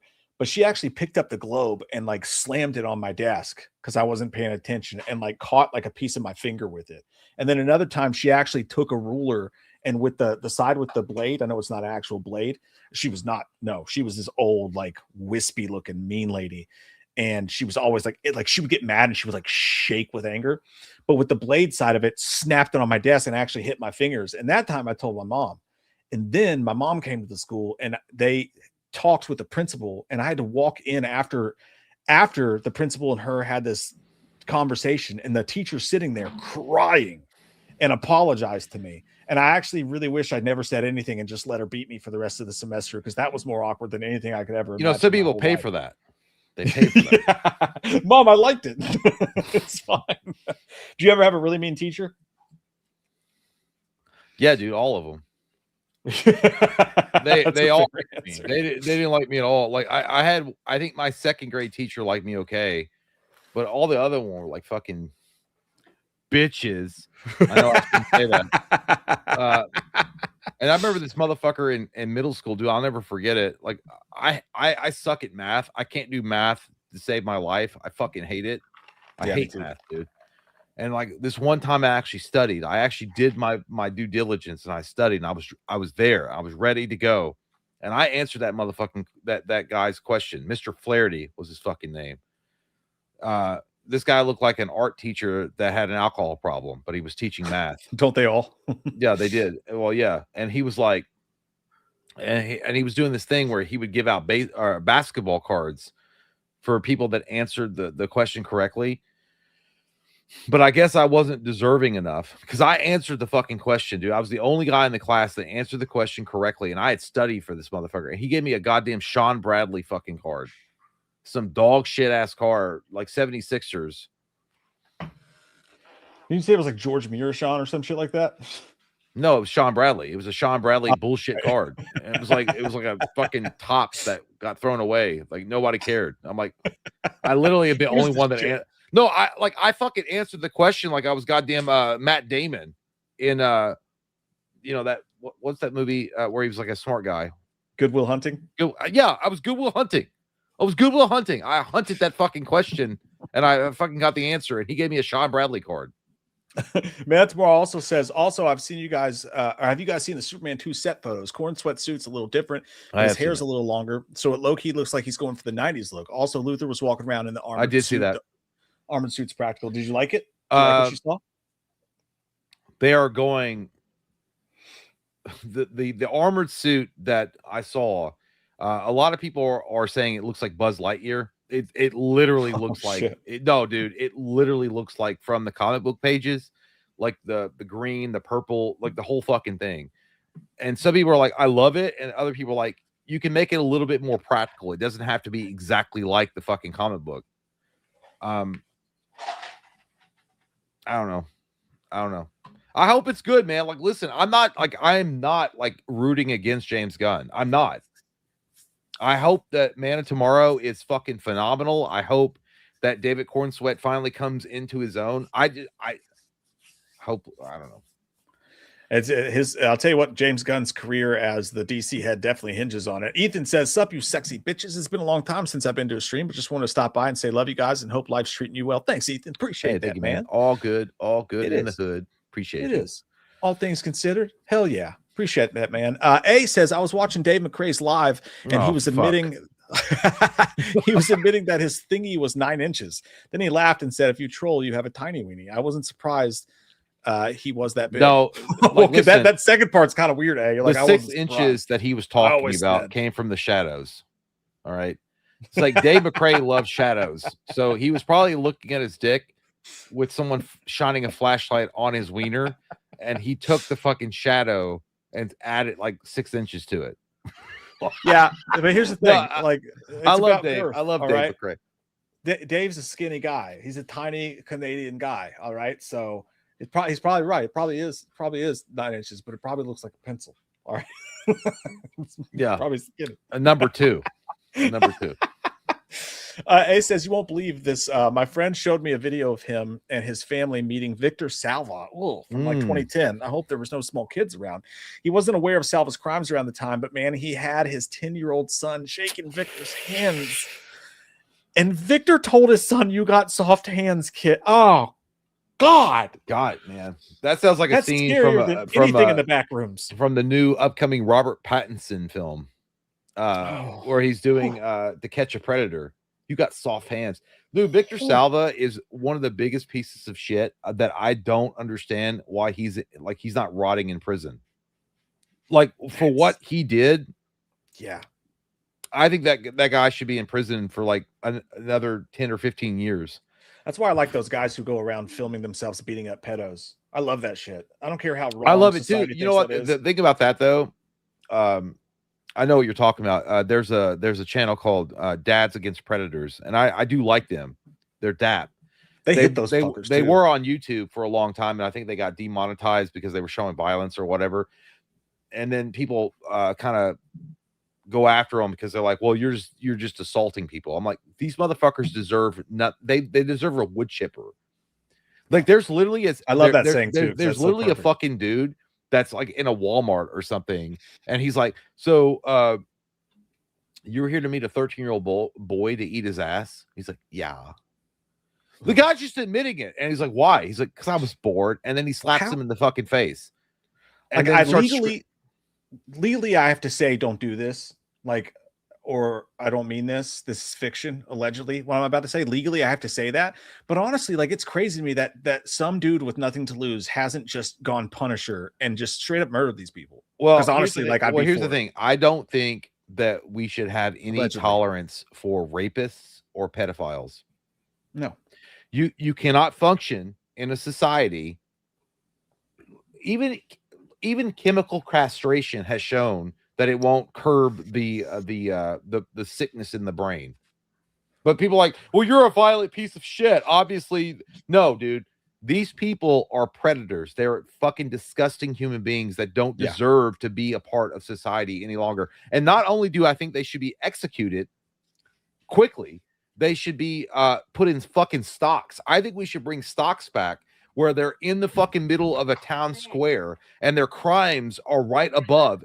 Yeah, everyone could see it. And so everyone Skin will 'em. know what a piece of fucking trash you are. And then they get invited to watch you fucking be executed by a hanging in front of everybody.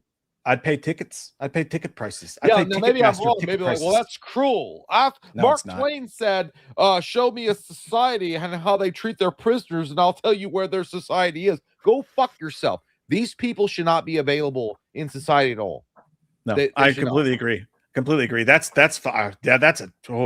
I cannot believe that happened. Holy shit. Percy, who wins? Ben Affleck Batman versus the Creeper. Ben Affleck Batman. That's ironic that comes up, but I would take Ben Affleck's Batman. Yeah, I think that wins. Yeah, especially with prep time. If Daredevil stopped holding back and started killing, could Punisher stop him? Yes. Bullets. Yes, lots. Yeah, because I think the Punisher has way more experience when it comes to combat ability and like not giving a fuck. If Daredevil just said I don't care anymore, Punisher would still win in the end, just because he knows how to counteract Daredevil's emotional response. I agree. I wish during Marvel's heyday we got an R-rated Hawkeye movie. I totally agree. Don't give me hope. That would have been I think they fucked up real bad with Hawkeye. Yeah. I think Jeremy Renner was a great fit, but not the Hawkeye that I expected.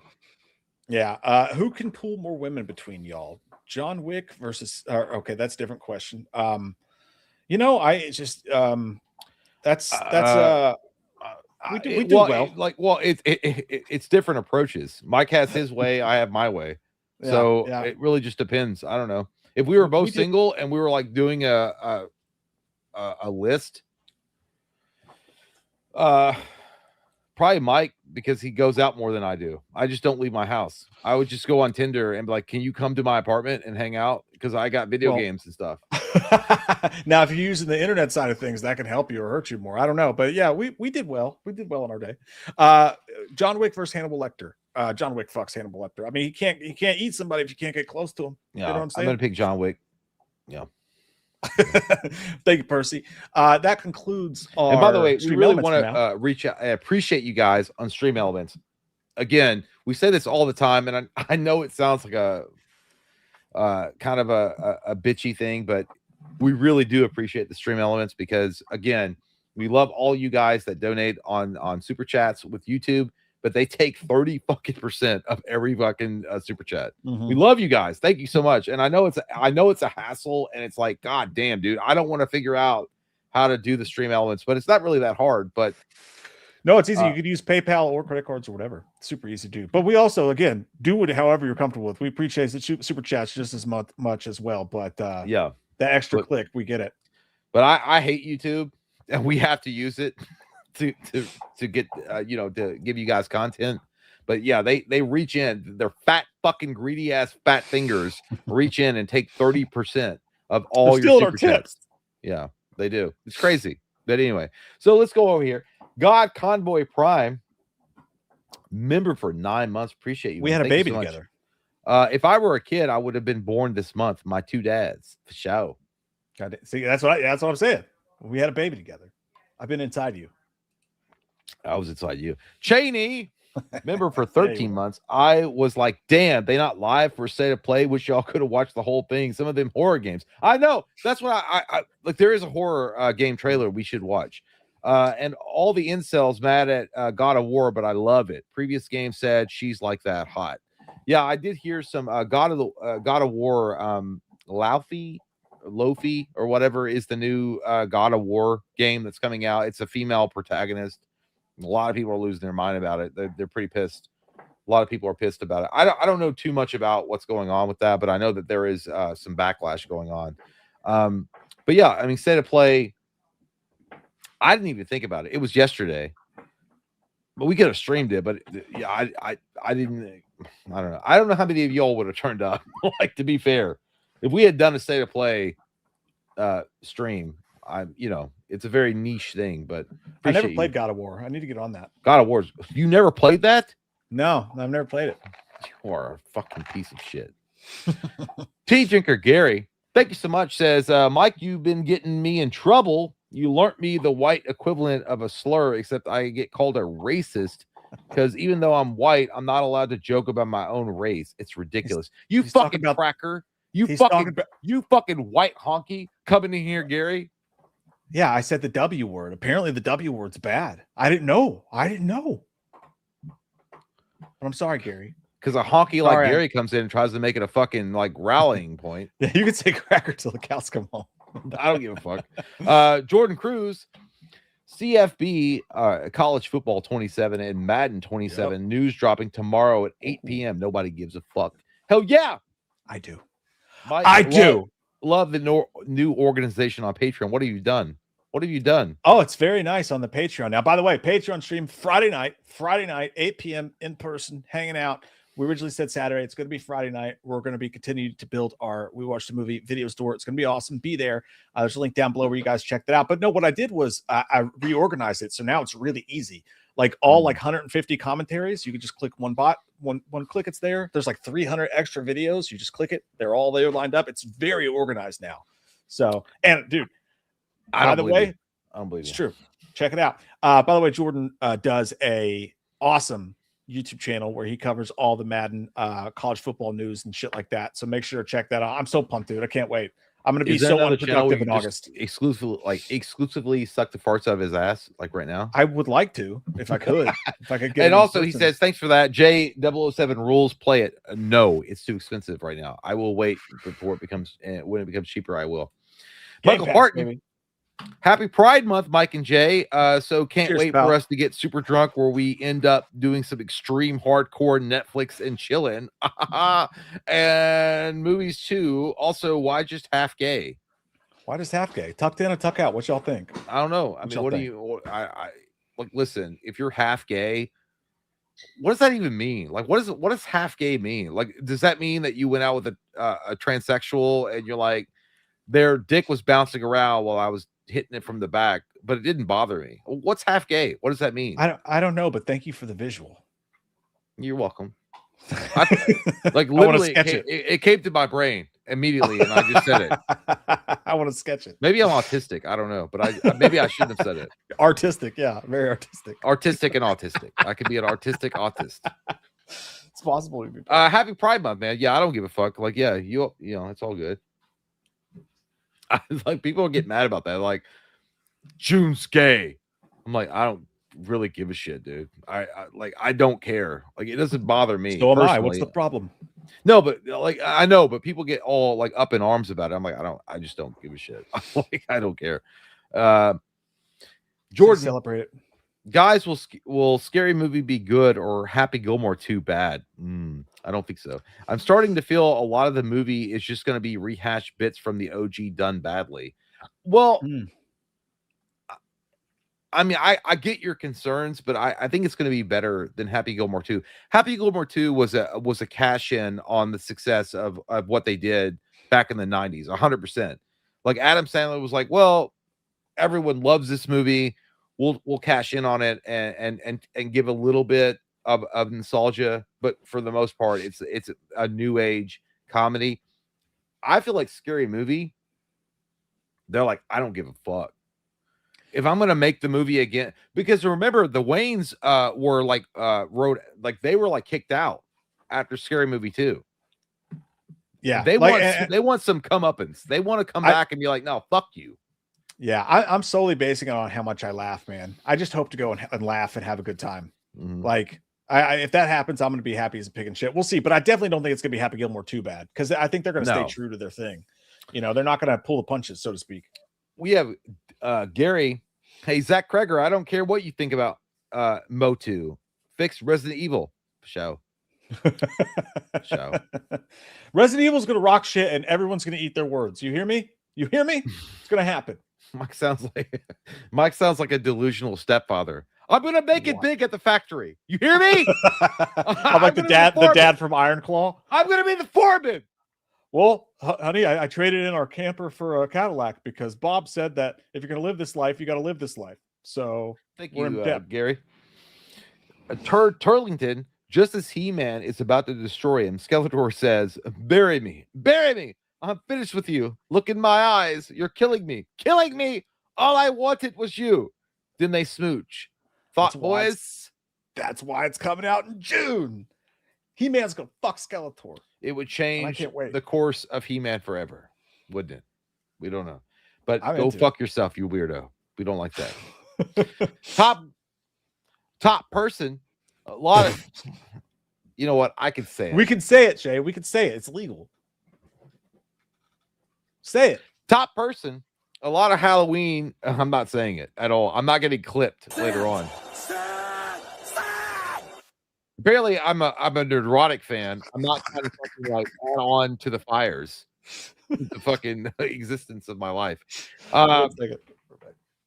A lot of Halloween, the game footage has come out and it looks great, especially the score. I think we got a good one here. Just hope they don't fumble. I don't think they will. I think that with Ilphonic in the background helping, I think that we're going to have a great game. I think it's going to be a cool game. The single player experience will not be like top tier, but it'll still be a fun time. But yeah, it'll be fine, dude. We're not going to get a TCM with what happened there, but either way, Gary says he looked good in the suit, but they messed up taking his shirt off. Bale wasn't as big as Ben, but at least he was bigger than Robert. Gary, I don't like your attitude right now at all. What the fuck do you mean? I understand what you're saying, but you are. Listen, I can go all day about why the aesthetics of Robert Pattinson didn't look as good as certain other iterations of Batman. But dude, you cannot look at Robert Pattinson's Batman and say he just didn't work out and he was like a flubster, right? He looked good. But maybe you're right. I don't know. I think he's fine. Motherfucker, top guy. Joe Blow did a good video on the David Gordon Green Halloween trilogy, and maybe look at it as the 3 movies are good individual movies, but a terrible trilogy. Well, I think that's incorrect. I think Halloween 2018 and Halloween Kills are great films, and they connect pretty well together, and they're good. Halloween Ends is dog shit. All right. Even if you look at it as a single film, it's still dog shit. All right. Michael's living in a goddamn sewer pipe. You have some weird ass emo kid that rides a bike that looks like he pumps iron at least 3 days a week, but gets bullied by some fucking Hot Topics kids that finds Michael and then beats his ass and then takes his mask and then goes. No, dude. Halloween Ends is dog shit. It's a dog shit movie. And then you have Jamie Lee Curtis. There's a fucking refrigerator that gets dropped on Michael. It's so anticlimactic. And then they take him to a wood chipper. Fuck that. Halloween Ends sucks. All right. Halloween Ends is a terrible movie. They don't like, because they're trying to do like a romance thing too, also in the middle of it, which is cool. If it didn't say Halloween Ends, maybe it works. Halloween 1 and 2. Halloween 2018, Halloween Kills, they connect. They make sense. Halloween Ends doesn't make sense for the trilogy at all. So I don't agree with that at all, to be fair. Did you guys hear everything I said when I was gone? No, I didn't. I thought I muted my mic and I came back and I don't think it was muted. I didn't say anything bad. I was just talking about personal stuff. Mike dropping a lot of F slurs right now. Like he was yelling at his wife for even daring look at a rainbow. No, we were talking about dance. We were talking about dance stuff with the girls. And then Mike was like, yeah, they put that rainbow flag up, huh? They think that we all subscribe to that. Brandon Ferguson, what's up, guys? This September is packed with games for show. Wolverine, Halloween, Silent Hill, Townfall, and Control 2. Also, I beat the new 007 game, and it's awesome. Brandon, I'm proud of you. I don't want you to brag here, okay? Your bragging is actually a turnoff. I don't like that. I don't and can't afford 007, so how dare you come here? Affirm it, Jay. Just affirm it. My firm limit is pushed. Have you tried Klarna? What's that? It sounds like an ancient jujitsu magic. Oh, I have news for you. Klarna is the same thing, and it doesn't tie into your firm. I feel like we just had an ad. I feel like we just had an ad break in the middle. Hey, have you tried Klarna yet? Have you tried Rocket Money? You can have this new bicycle if yeah.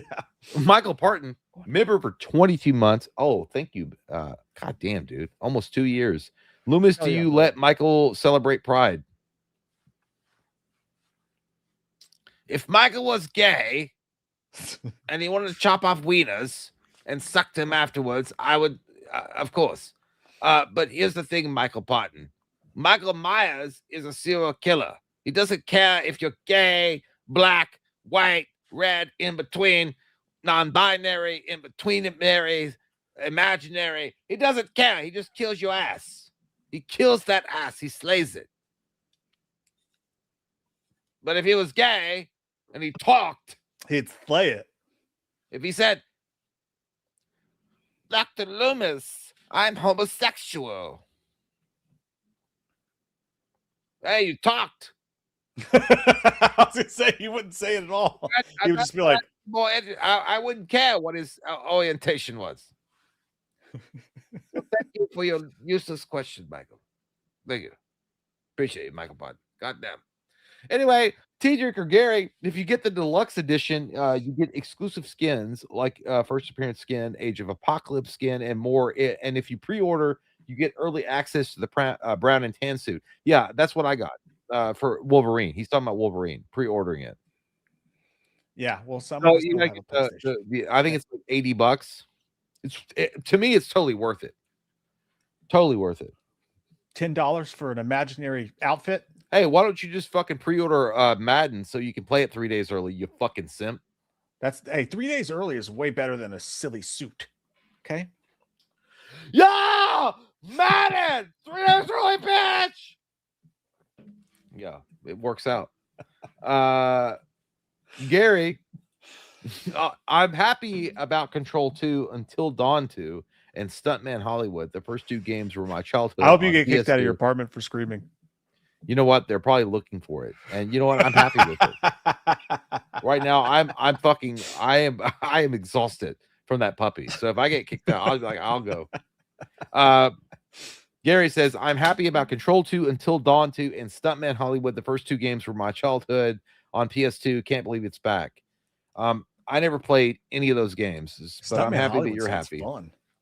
I don't know what Stuntman Hollywood is, but I want to play that shit. There's a horror game that came out on State of Play. I thought you were going to play it, but I don't have it, so I don't remember what it was, but there's some like big horror game. I don't know about this. Michael Parton says they also had a trailer for Until Dawn 2. It looks completely different from the game first game. Also, it's not made by Supermassive. Oh, I never played Until Dawn. I played it for like 10 minutes and I couldn't get into it, but it was just on Game Pass, so I was like, whatever. But I hear it's awesome. Yeah. Dean Cream Betweens, already 4 months till October. Once again, 2026 is flying. I can't fucking wait, dude. I hate the fucking summer. I hate the hot ass weather. I hate every goddamn thing about it, especially having to walk around a puppy. I literally curse God sometimes. I feel like goddamn Lieutenant Dan. Is this the best you can give? Come on, you son of a bitch. I literally get mad about the heat.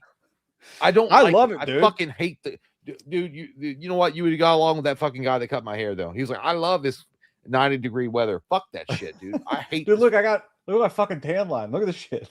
I just sit in it like Superman and bask in this shit like all day long.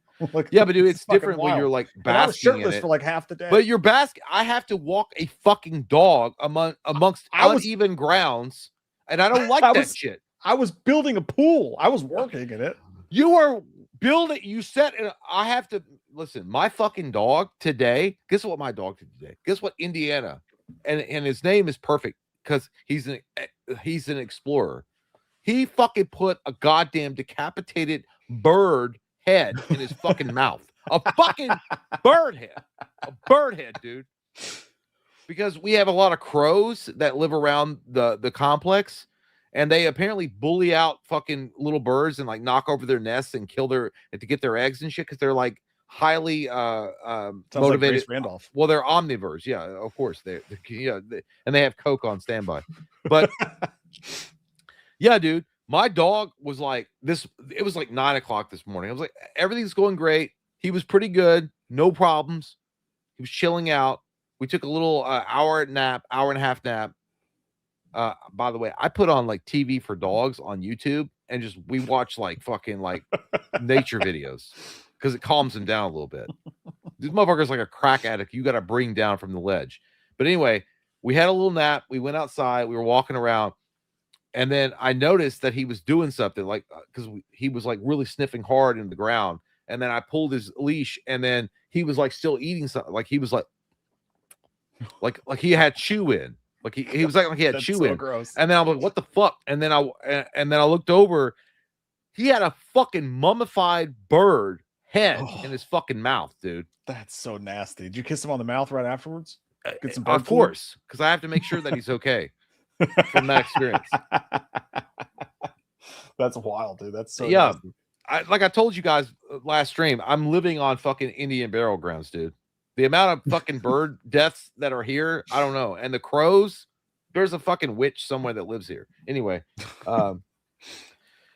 Boot Scoot Boogie, member for 4 months. Are you two going to see Scary Movie? Love you too. Well, I think what we might do is we might wind up splitting it, dude. To be honest, if I do He-Man, you don't have to do it. And you can watch Scary Movie. Yeah, but you're not going to see He-Man until Monday. I was going to say, why don't you go see He-Man and then we can review it before the Patreon stream, and then we could do them both. I can't go tomorrow. I can't. Shit. No, I can't. I can't tell. I can't say why live, but there's a medical reason. I literally can't. I literally can't. Just the gayness.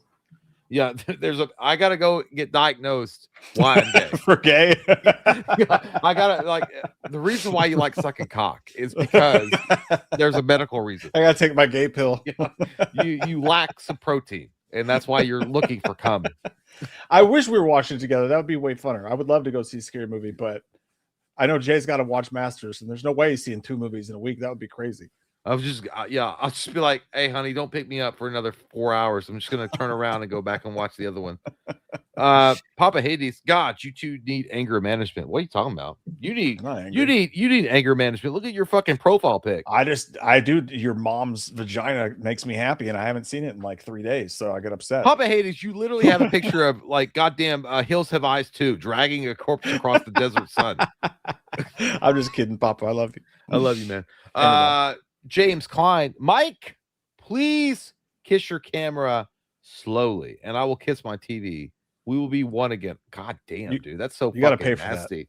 that. Kiss you with what? James, which body part? Klein. Oh, Billy, you disgusting bitch. Michael Parton. What I hate the most about the Scream franchise is the reveals. They are like Scooby-Doo villains when they take the mask off and reveal their plans. I mean, kind of. That's what I said. Like, they haven't had a great reveal since the first film. I mean, that's true. That is true. That is true. Michael just hates you because you hate The Conjuring. Dustin Hurst, big fan of the channel. Keep up the great work. Hey, man, we appreciate you. Thank you so much. Thank you, Dusty. Ice Skate Jesus. Have you seen the kid eating the Kool-Aid pineapple? But no, that sounds disgusting. Dude. I was flipping through my phone and I saw a kid eating a green pineapple, and they were like, he really likes pineapple, and I just scooted by, but I did see something about that. I don't know what the deal is. Bry guy, I live in Baltimore and we have a huge drive-in theater. I miss those.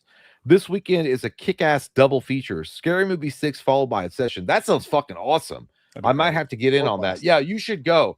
We had a drive-in theater. I only got to use it. I think I went like 3 times in my entire life. Remember the one on Winchester Road, Skylight? Yeah, Skylight Drive-In or whatever. Skylight. Yeah, dude. That drive-ins are fucking awesome, and I wish they would come back for that reason. Imagine if you got to see Scary Movie 6 and then He-Man right after, or He-Man and then Scary Movie 6. That would be fucking great. Yeah, that'd be all. I miss those, dude. I do. They have one for like an hour from here, but it's such a trek. Michael Parton, guys, got to check out Batman Continues AI trailer. I don't do AI, Michael. I don't do slop, Michael Parton. Just kidding. Michael loves sloppy dick. Robin Martin, my dad is in town for a few days, so I got to catch this stream later, but I got to show Wham some love. Have an awesome stream, Wham fam. Thank you so much, Robin. Hope you're having a good reunion with your father and that you guys get to go to Hooters and just bond over the titties. Sounds awesome. Hey, appreciate and enjoy your time with your dad, man. That's awesome. And thank you. Daniel Hurst, can my mom Carrie get a Loomis shout out? I'm sorry pig blood got dropped on you, but Jesus Christ. You didn't change your tampon before you got into the girl's shower, so they made fun of you. You should have figured that out, right? My hoo-ha is bleeding. I need something to absorb. Just don't go to the shower. And your mother is a she nasty. Put you in a closet. For Jesus. Thank you. Gary, some are theorizing is this a Cloverfield? Same company, Cloverfield Paradox, has reality shifts like this movie, and its production name was Flower Lane or something. Yeah, it's Bad Robot, J.J. yeah, Abrams, so it's possible. But that sounds dumb. I don't want that to happen. Just make a fucking Cloverfield 2. Why? Backed up off the original goddamn movie. Where the fuck is that? Yeah. So easy, you know. But I agree with you. That could be that, Gary. Bry Guy, Good Charlotte is opening for Avenged Sevenfold. That's this is crucial information for all. That actually sounds wild. That sounds wild. I missed the chance to go see the tour, but I wanted to. Like, that would be a really fun concert. Different kinds of people there too. But that makes no sense. Avenged Sevenfold does not make any sense having Good Charlotte open for them. It's weird, but that's kind of why I like it. I would love to go to that concert, but it didn't come anywhere near me. So yeah, but lifestyles of the rich and the famous, and then they're doing that, and then you have Avenged Sevenfold coming out, and they're like, I don't want anyone to find me. Oh, it was so weird. Yeah, they're all good friends though. But I like both bands. Austin, Mike, thoughts on 3 Days Grace? Also, hear me out. Triple H as Snake Plissken. That's a terrible idea, but it's also kind of cool. I'm not on board with Triple H. I saw his acting as a cock juggling thunder cunt in Blade 3, and I can't go back to that. But 3 Days Grace is crazy, dude. I saw them like 4 times when they first came out with I Hate Everything About You in their first 2 albums in like tiny clubs. I saw them eating a Gold Star chili. Hate everything about you. He's like, hey, why don't you just tell me you recorded the fucking conversation with your father? I love, dude. 3 Days Grace was awesome when they came out. All their riffs were drop D, and I could play them. It was like fucking like 076544. Like every single song was so easy, and they were fun and really good. That being said, once the main dude left the band and they brought in that new singer, now I can't listen to it. It's like butt rock, butt to me. That new singer is so bad, dude. Yeah. And even when they brought Adam back, it's like their songs are just so corny to me. I don't know. Butt rock is the worst. It smells so bad. Joker face. Guys, people really don't mention this enough. Thomas Jane as the Punisher watches his family die. Then he kills his family in The Mist. That's true. Yeah, he's been through it. Well, you know what's actually interesting about that whole scenario is that in The Mist, in the novel, that didn't happen. The director added that scene in with Thomas Jane killing his family, which, by the way, shocked Stephen King, and he was like, "God damn, that's a great ending. That's better than the ending I had." The Mist, if you guys have never seen it, totally check it out. It's so fucking good, dude. But thank you so much, Joker. Andromeda, Taste the Biscuit. Vincent Garialgo channel. What? I don't know what that is. I don't know what that means, Baxter. You ate a whole wheel of cheese? Kyle, I beat James Bond. You playing? Pass the rice. Yeah, Kyle, listen, don't come here and talk about your riches that we can't experience right now. Okay? I can't afford it right now, but thank you. I know. I need to buy a bootleg copy. Tanner, have you guys thought about looking at other animatronics this year from Lowe's, Home Depot, Walmart? Get it up. Yeah, dude. We'll probably do another stream this October because that was fun when we did it last time. Mm-hmm. There's some shitty ones for sure. Ooh, Eduardo Santiago. What do you says, just finished Motu. Nearly perfect, dude.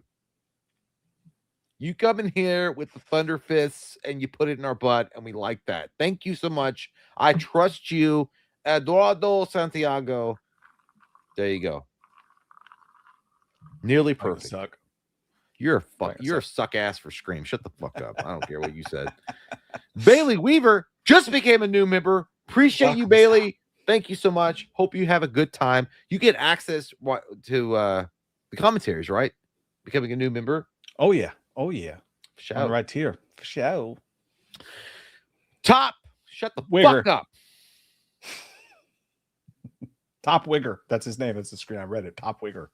Say it 3 times fast. Top Wigger. Top Wigger. Top Wigger. See, I'm not racist. Say just the last. What else you got? Part. Got any more brain busters? Say let top go and just say the other part 3 times fast. Now put a vowel on it. Yeah. You piece of shit. Lubus and Chalice, you gonna play the Halloween game? You bet your ass. It's a lot of fine ass tang on there. No. Oh. Whoa, you game can't, console- Cheney, you can't, no, you can't say that. The last console I played was Atari. If you don't have a joystick and 2 buttons, I'm out. Luke Weber. Hello, gays. Member for 7 months, by the way. I mean, guys, love you long time. I didn't know we were in Vietnam. Okay.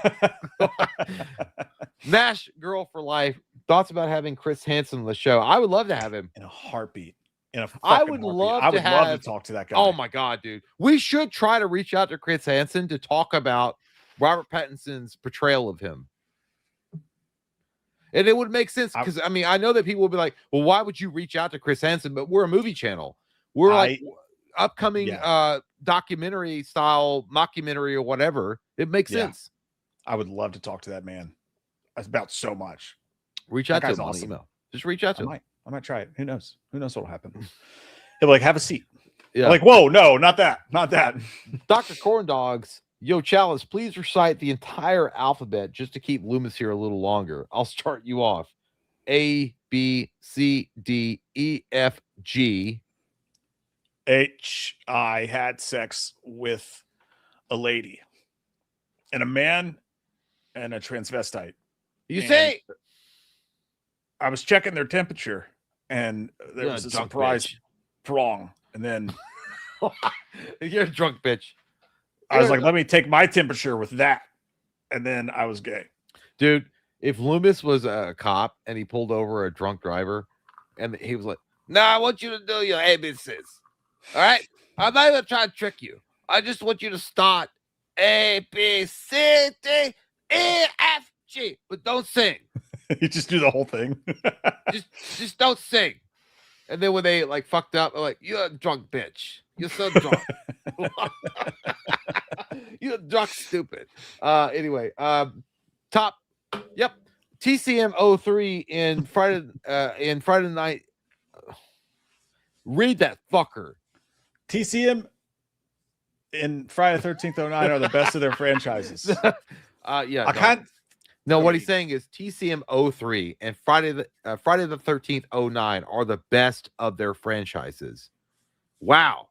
No, that's not true. I will say that TCM 03 is incredible. It's on the same tier as the original, but it's not better. And Friday the 13th 09 being the best. Nah, that ain't it, dog. I do love That's the great. Platinum Dunes love, though. I love the Platinum Dunes love because it was good. It was underrated. Nash girl for life. Honestly, when you say you don't give a shit about someone being gay, it comes off to me that you feel there's something wrong. I wonder what's your real stance. Yeah, Jay, what's your fucking problem? What? No. Yeah, what's your problem? I don't give a fuck what you put in your mouth in the privacy of your bedroom, whether it be a vagina or a dick. I don't care. So that's not what you said last night when I was inside of you. How about what are you talking about, Nash girl?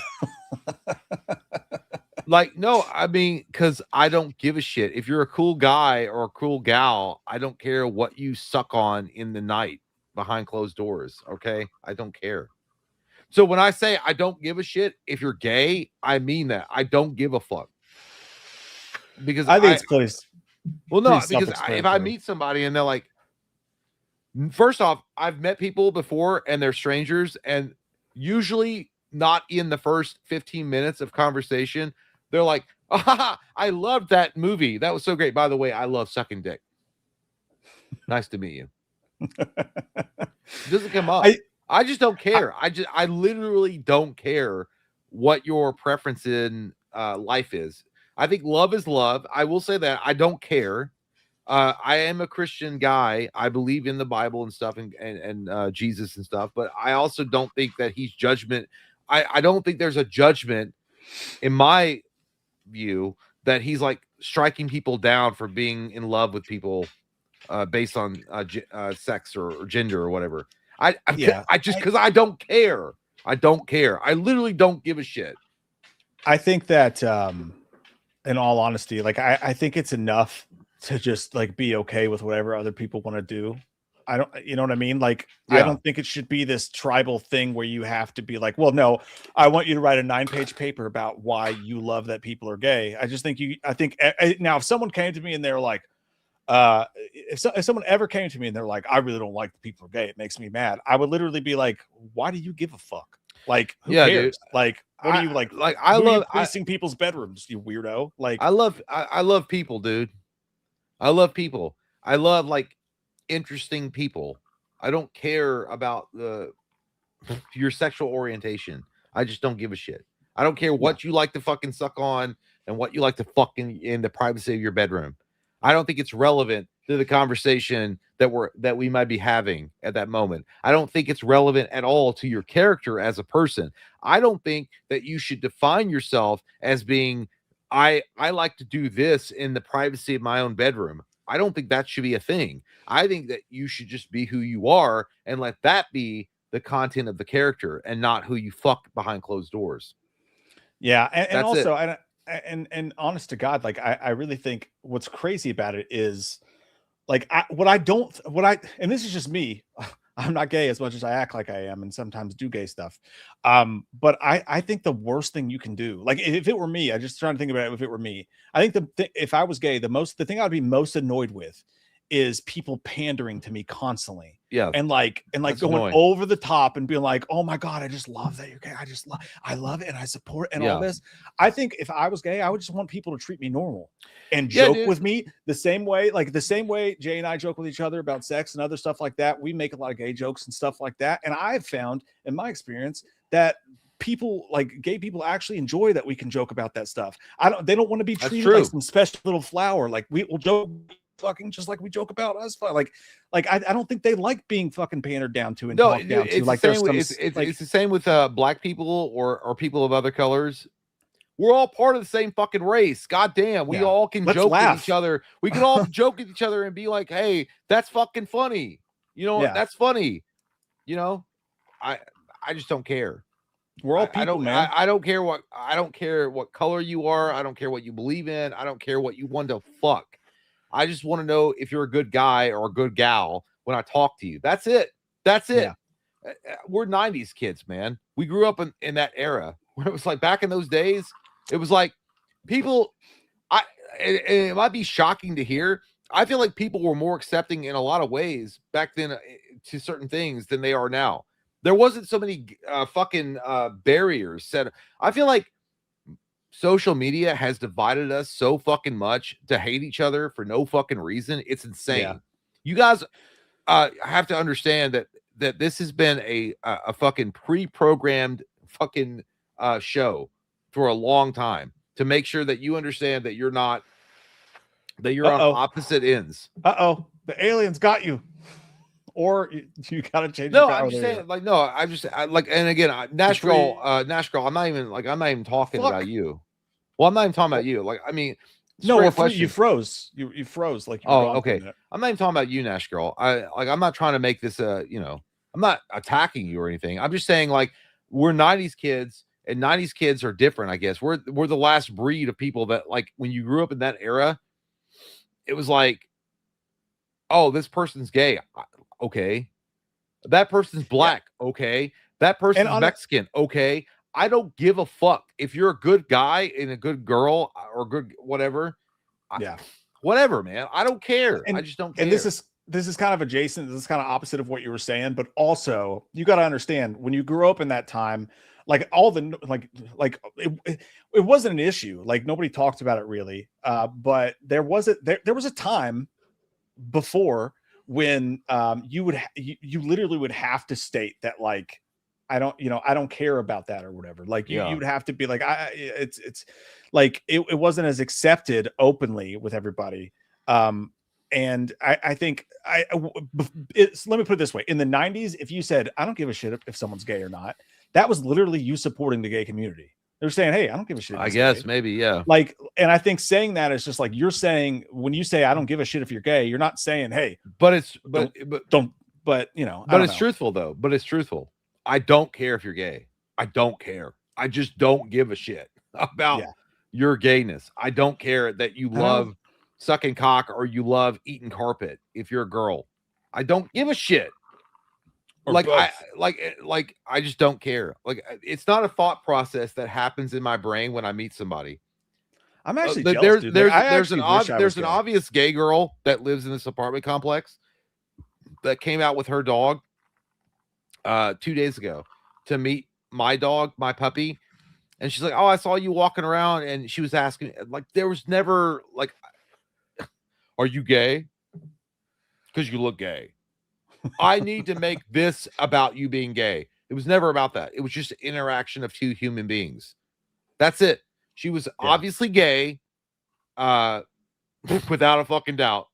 But she came out to meet my puppy and meet her dog and whatever. And we had a conversation. There was never anything in my brain that crossed that was like, I need to find out how she votes and what her stance are.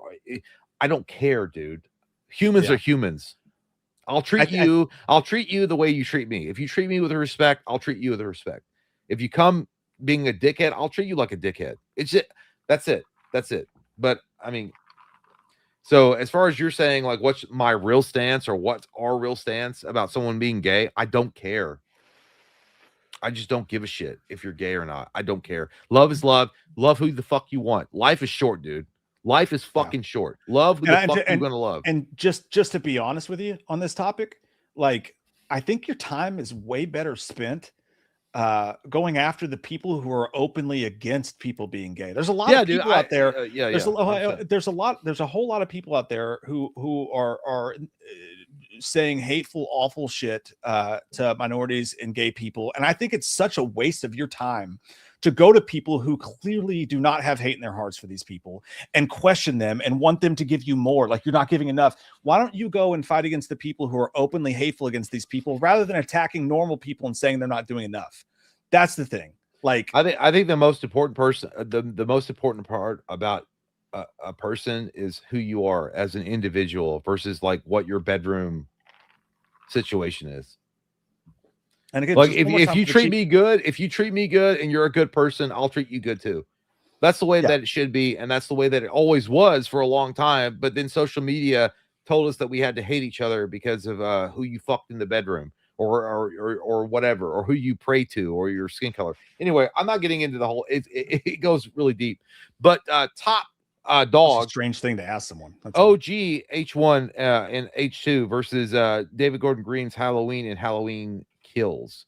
I think OG Halloween kills it in every aspect. Yeah, 100%, Mr. Waker. Shut the fuck up. That's his name. Love you guys. Will we ever see the Wham Paper Company again? That was my favorite, dude. That was really fun. That was such a fun sketch. That was a fun skit, but nobody cared. And Mike put a lot of effort into that, and that cost some coin. And a lot of trips to Goodwill. Yeah, it just didn't pay off dividends. So I mean, maybe in a maybe a smaller capacity. Yeah, if someone came to us and like, we're gonna build the entire set for you and just let you guys run, that would be awesome. Yeah, too much effort for too little playback. But I'm glad you enjoyed it. That makes me happy. Papa Hades. All right, you know what? I gotta go pee. I'm gonna give this my full attention, but I gotta go pee. I'll be right back. All right, I'll jump to the non-Loomis one there. Oop, I lost me way. Let's go where we were here. Michael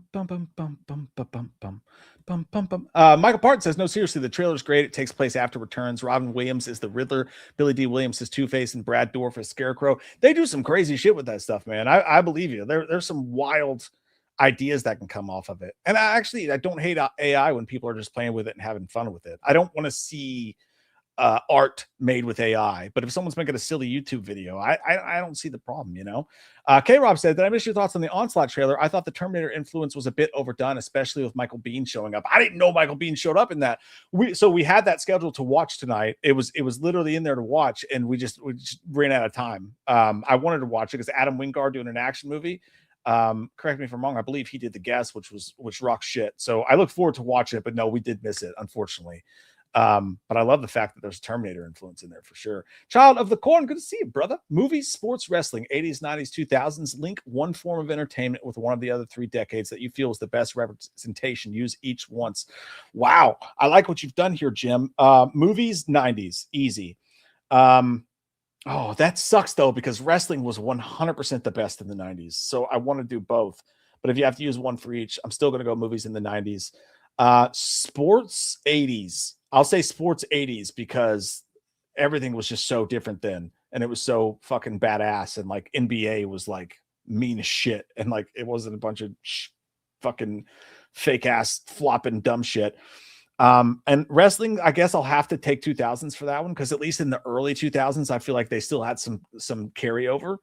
That's an interesting fucking question, though, man. And Nash Girl said, along those lines, where do you guys lean politically? I don't,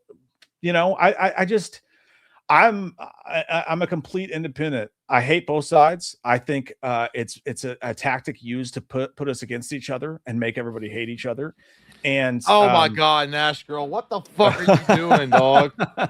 I literally hate both sides, and I make my decision on every political topic isolated from one another. And I feel like if you're a person who aligns completely with the left or aligns completely with the right, you're just not thinking for yourself. And that's what I think. Well, they're going to call you a coward.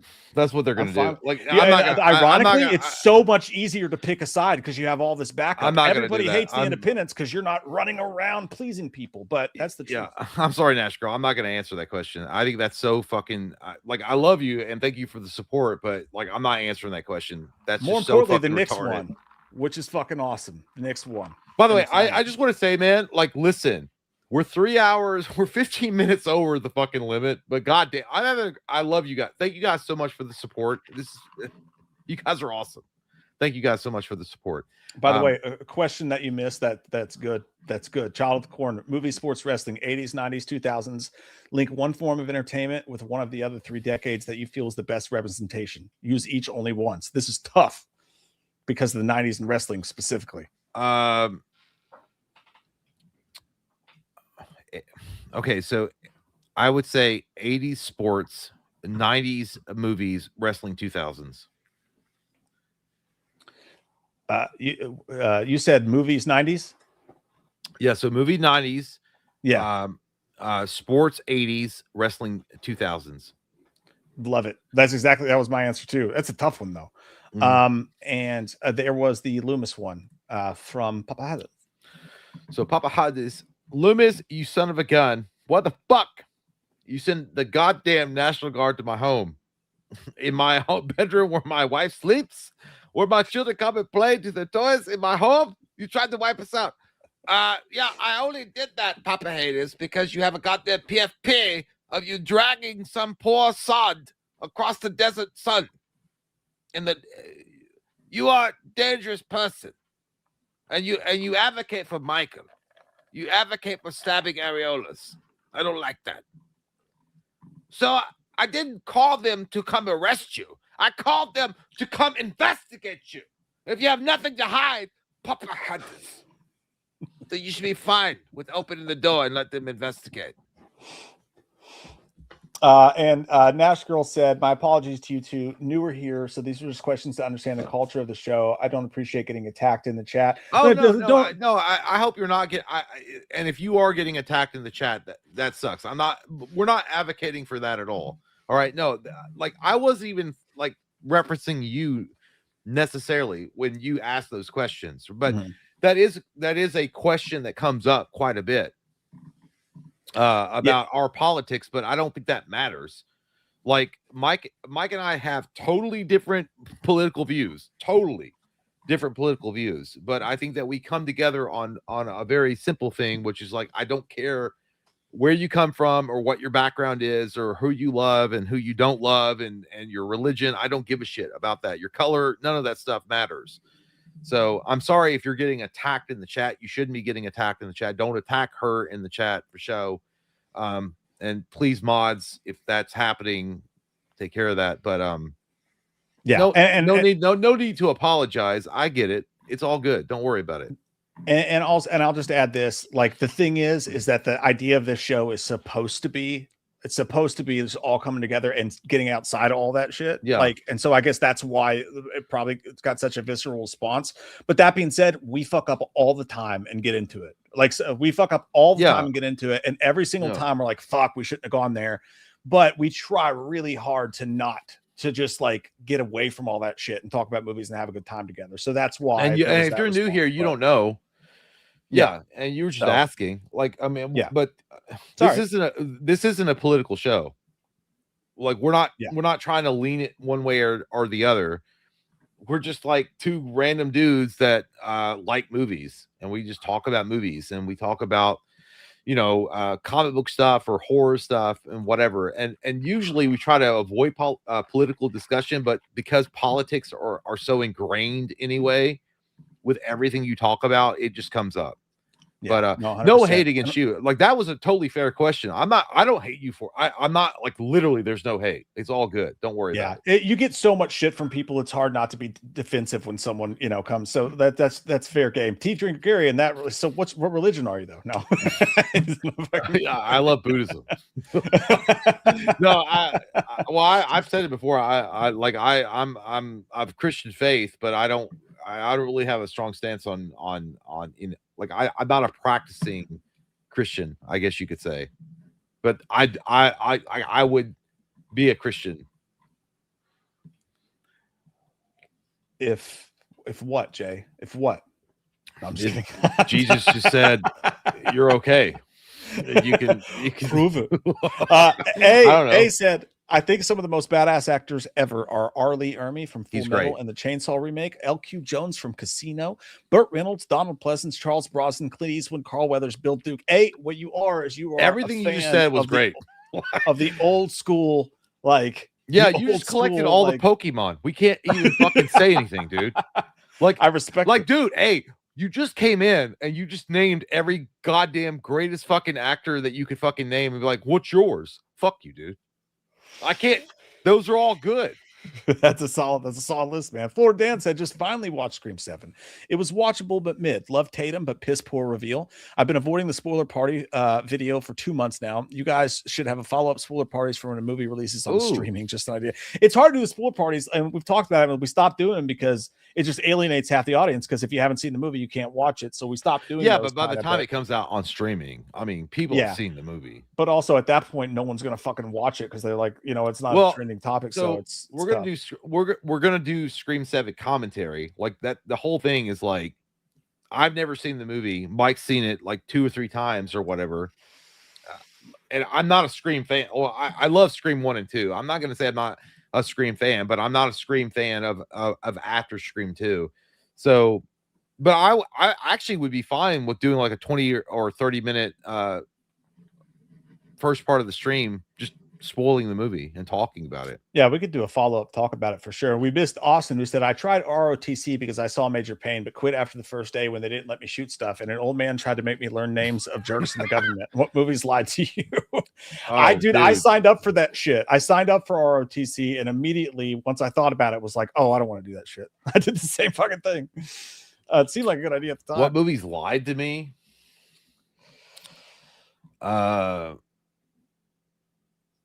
All of them. Like, I don't know. Like, I get what you're saying though. Like, there are certain movies that come out that are like hardcore military favorable, like Top Gun or Crimson Tide or whatever.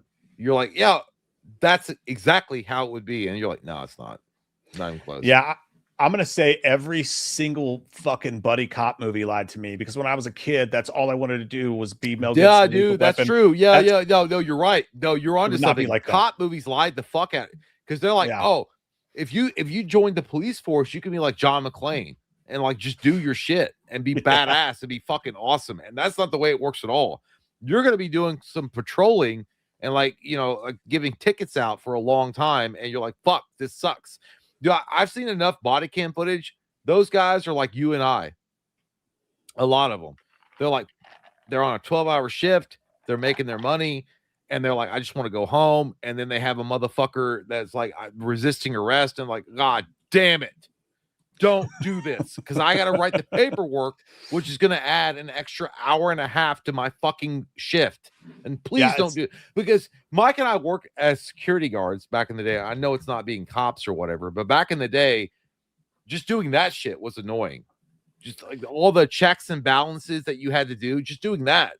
I couldn't even imagine being a cop. You imagine you're on a 12-hour shift, dude. You get there at 8 a.m. You get off at 8 p.m. That sucks. And at 7:45, they're like, we have a high-speed chase. You got to chase them. Because it's your stop. Imagine this. It's your stop. And you're like there's a tail light out. I'm just going to go up to them. I'm going to knock on their window. Hey, you have a tail light out. Here's a warning. Go get it, fixed at the clerk's office. And then they fucking run. And you're like, oh, shit. I hate runners. And then you have to, because you're the pursuing officer, you got to run back to your fucking vehicle and then chase these motherfuckers and then call in the bullshit codes. And you're like, and then paperwork. They never told us about paperwork out or whatever the fuck. And they had like 15 pounds of fucking meth in their trunk. And you're like, oh my God, I gotta be not again for 3 hours. Papa 80 said, well, Loomis, it ain't our fault if the government drop a bomb on us. Yes, it is your fault. Move out of Nevada. And lastly, and I mean very lastly, we've been ending the streams with a touch of music, and I've got another Don Bronco treat for you. Watch for the Jean-Claude Van Damme reference. Great workout song, by the way.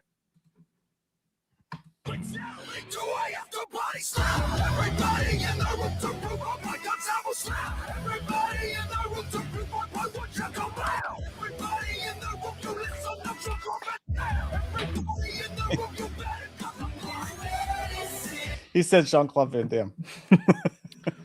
Dude, that you better fucking get on the Don Bronco train. No, right? Dude, that looks like awesome. Corey in Halloween Ends, like taking over Michael's mask.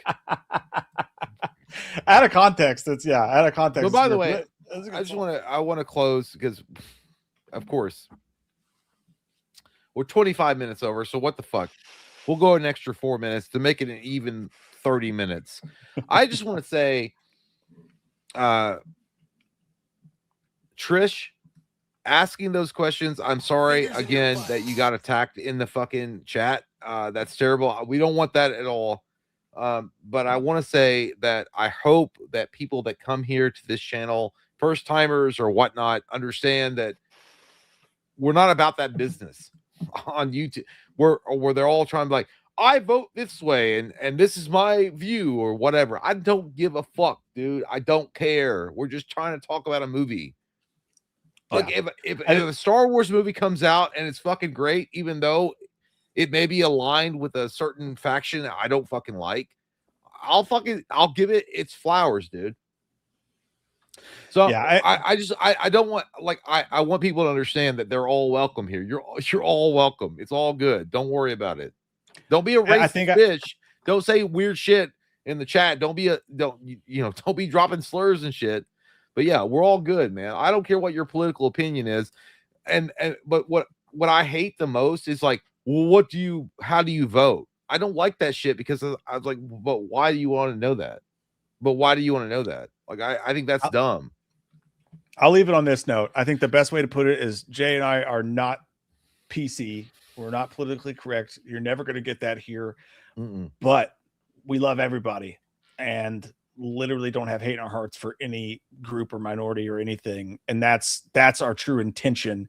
But it's not PC. We just make fun of everybody, but we make fun of ourselves more than anybody else. So if you're looking for PC, you're not going to get that in here. But if you're looking for acceptance and a good time, hopefully you do get that here. And that's what it is. Well, that's the bottom line, dude. Isn't that what you come to watch a movie review or watch a stream dedicated to movie reviews and whatnot? You're like, hey, we're all welcome, right? And you are. Like, I don't care who you voted for, bitch. I don't give a shit. I don't care what your political leanings are. Like, but hey, I appreciate you guys. We love you guys. And thank you so much. You guys are champions. You guys keep the channel alive. And by the way, we were at one point at 360 or 364 or something. We were doing a crazy number tonight. Yeah, appreciate the fuck out of you guys. DJ said, imagine that movie National Security with you guys. Dude, I literally, if I did ever, like everybody's talking about Curry Barker, you guys should make a YouTube horror show or something. If I ever did anything, I don't know why it's locked in my brain. I literally would want to do it about 2 security guards fucking around and then some crazy shit. We'd be perfect. Like, We'd be a perfect cast. We'd be a perfect cast. Because we actually were security guards. That's what I'd want to do if I was doing something. But if I could do anything, it would be everyone in this room. Every man, woman, and man and woman is what we're that's the saying, but it got me. There should be no children here. No, I wasn't going to say that. I was never going to say that. Why don't you have Ridiculous. A seat? I'm sitting down. We love you guys. We'll see you Friday night Patreon stream. Oh yeah, Friday night. By the way, guys, sign up right now. What's $10? $10 is the Patreon streams, and you also, of course, get 150 movie commentaries, 300 extra videos, and like by the way, you got to drop that advertisement every time. By the way, all the past live streams too. So every month we've done a live stream for like fucking 10 years, and they're all there. And some of the wildest shit you've ever seen in your life. One guy took a poop. It's $10. So if you can do that, enjoy. Hey, come join us on Friday night. It's gonna be crazy, wild. We got a video store to build.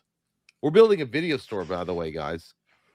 What's the game? Fucking Retro Palooza. Retro Rewind. Good times, guys. Retro join Rewind. us on join us on Friday. Come get the $10. Come get it. Yeah. We love you guys. Good night. See you guys. Bye. Hope everybody has an amazing rest of your week. I love your butts. And I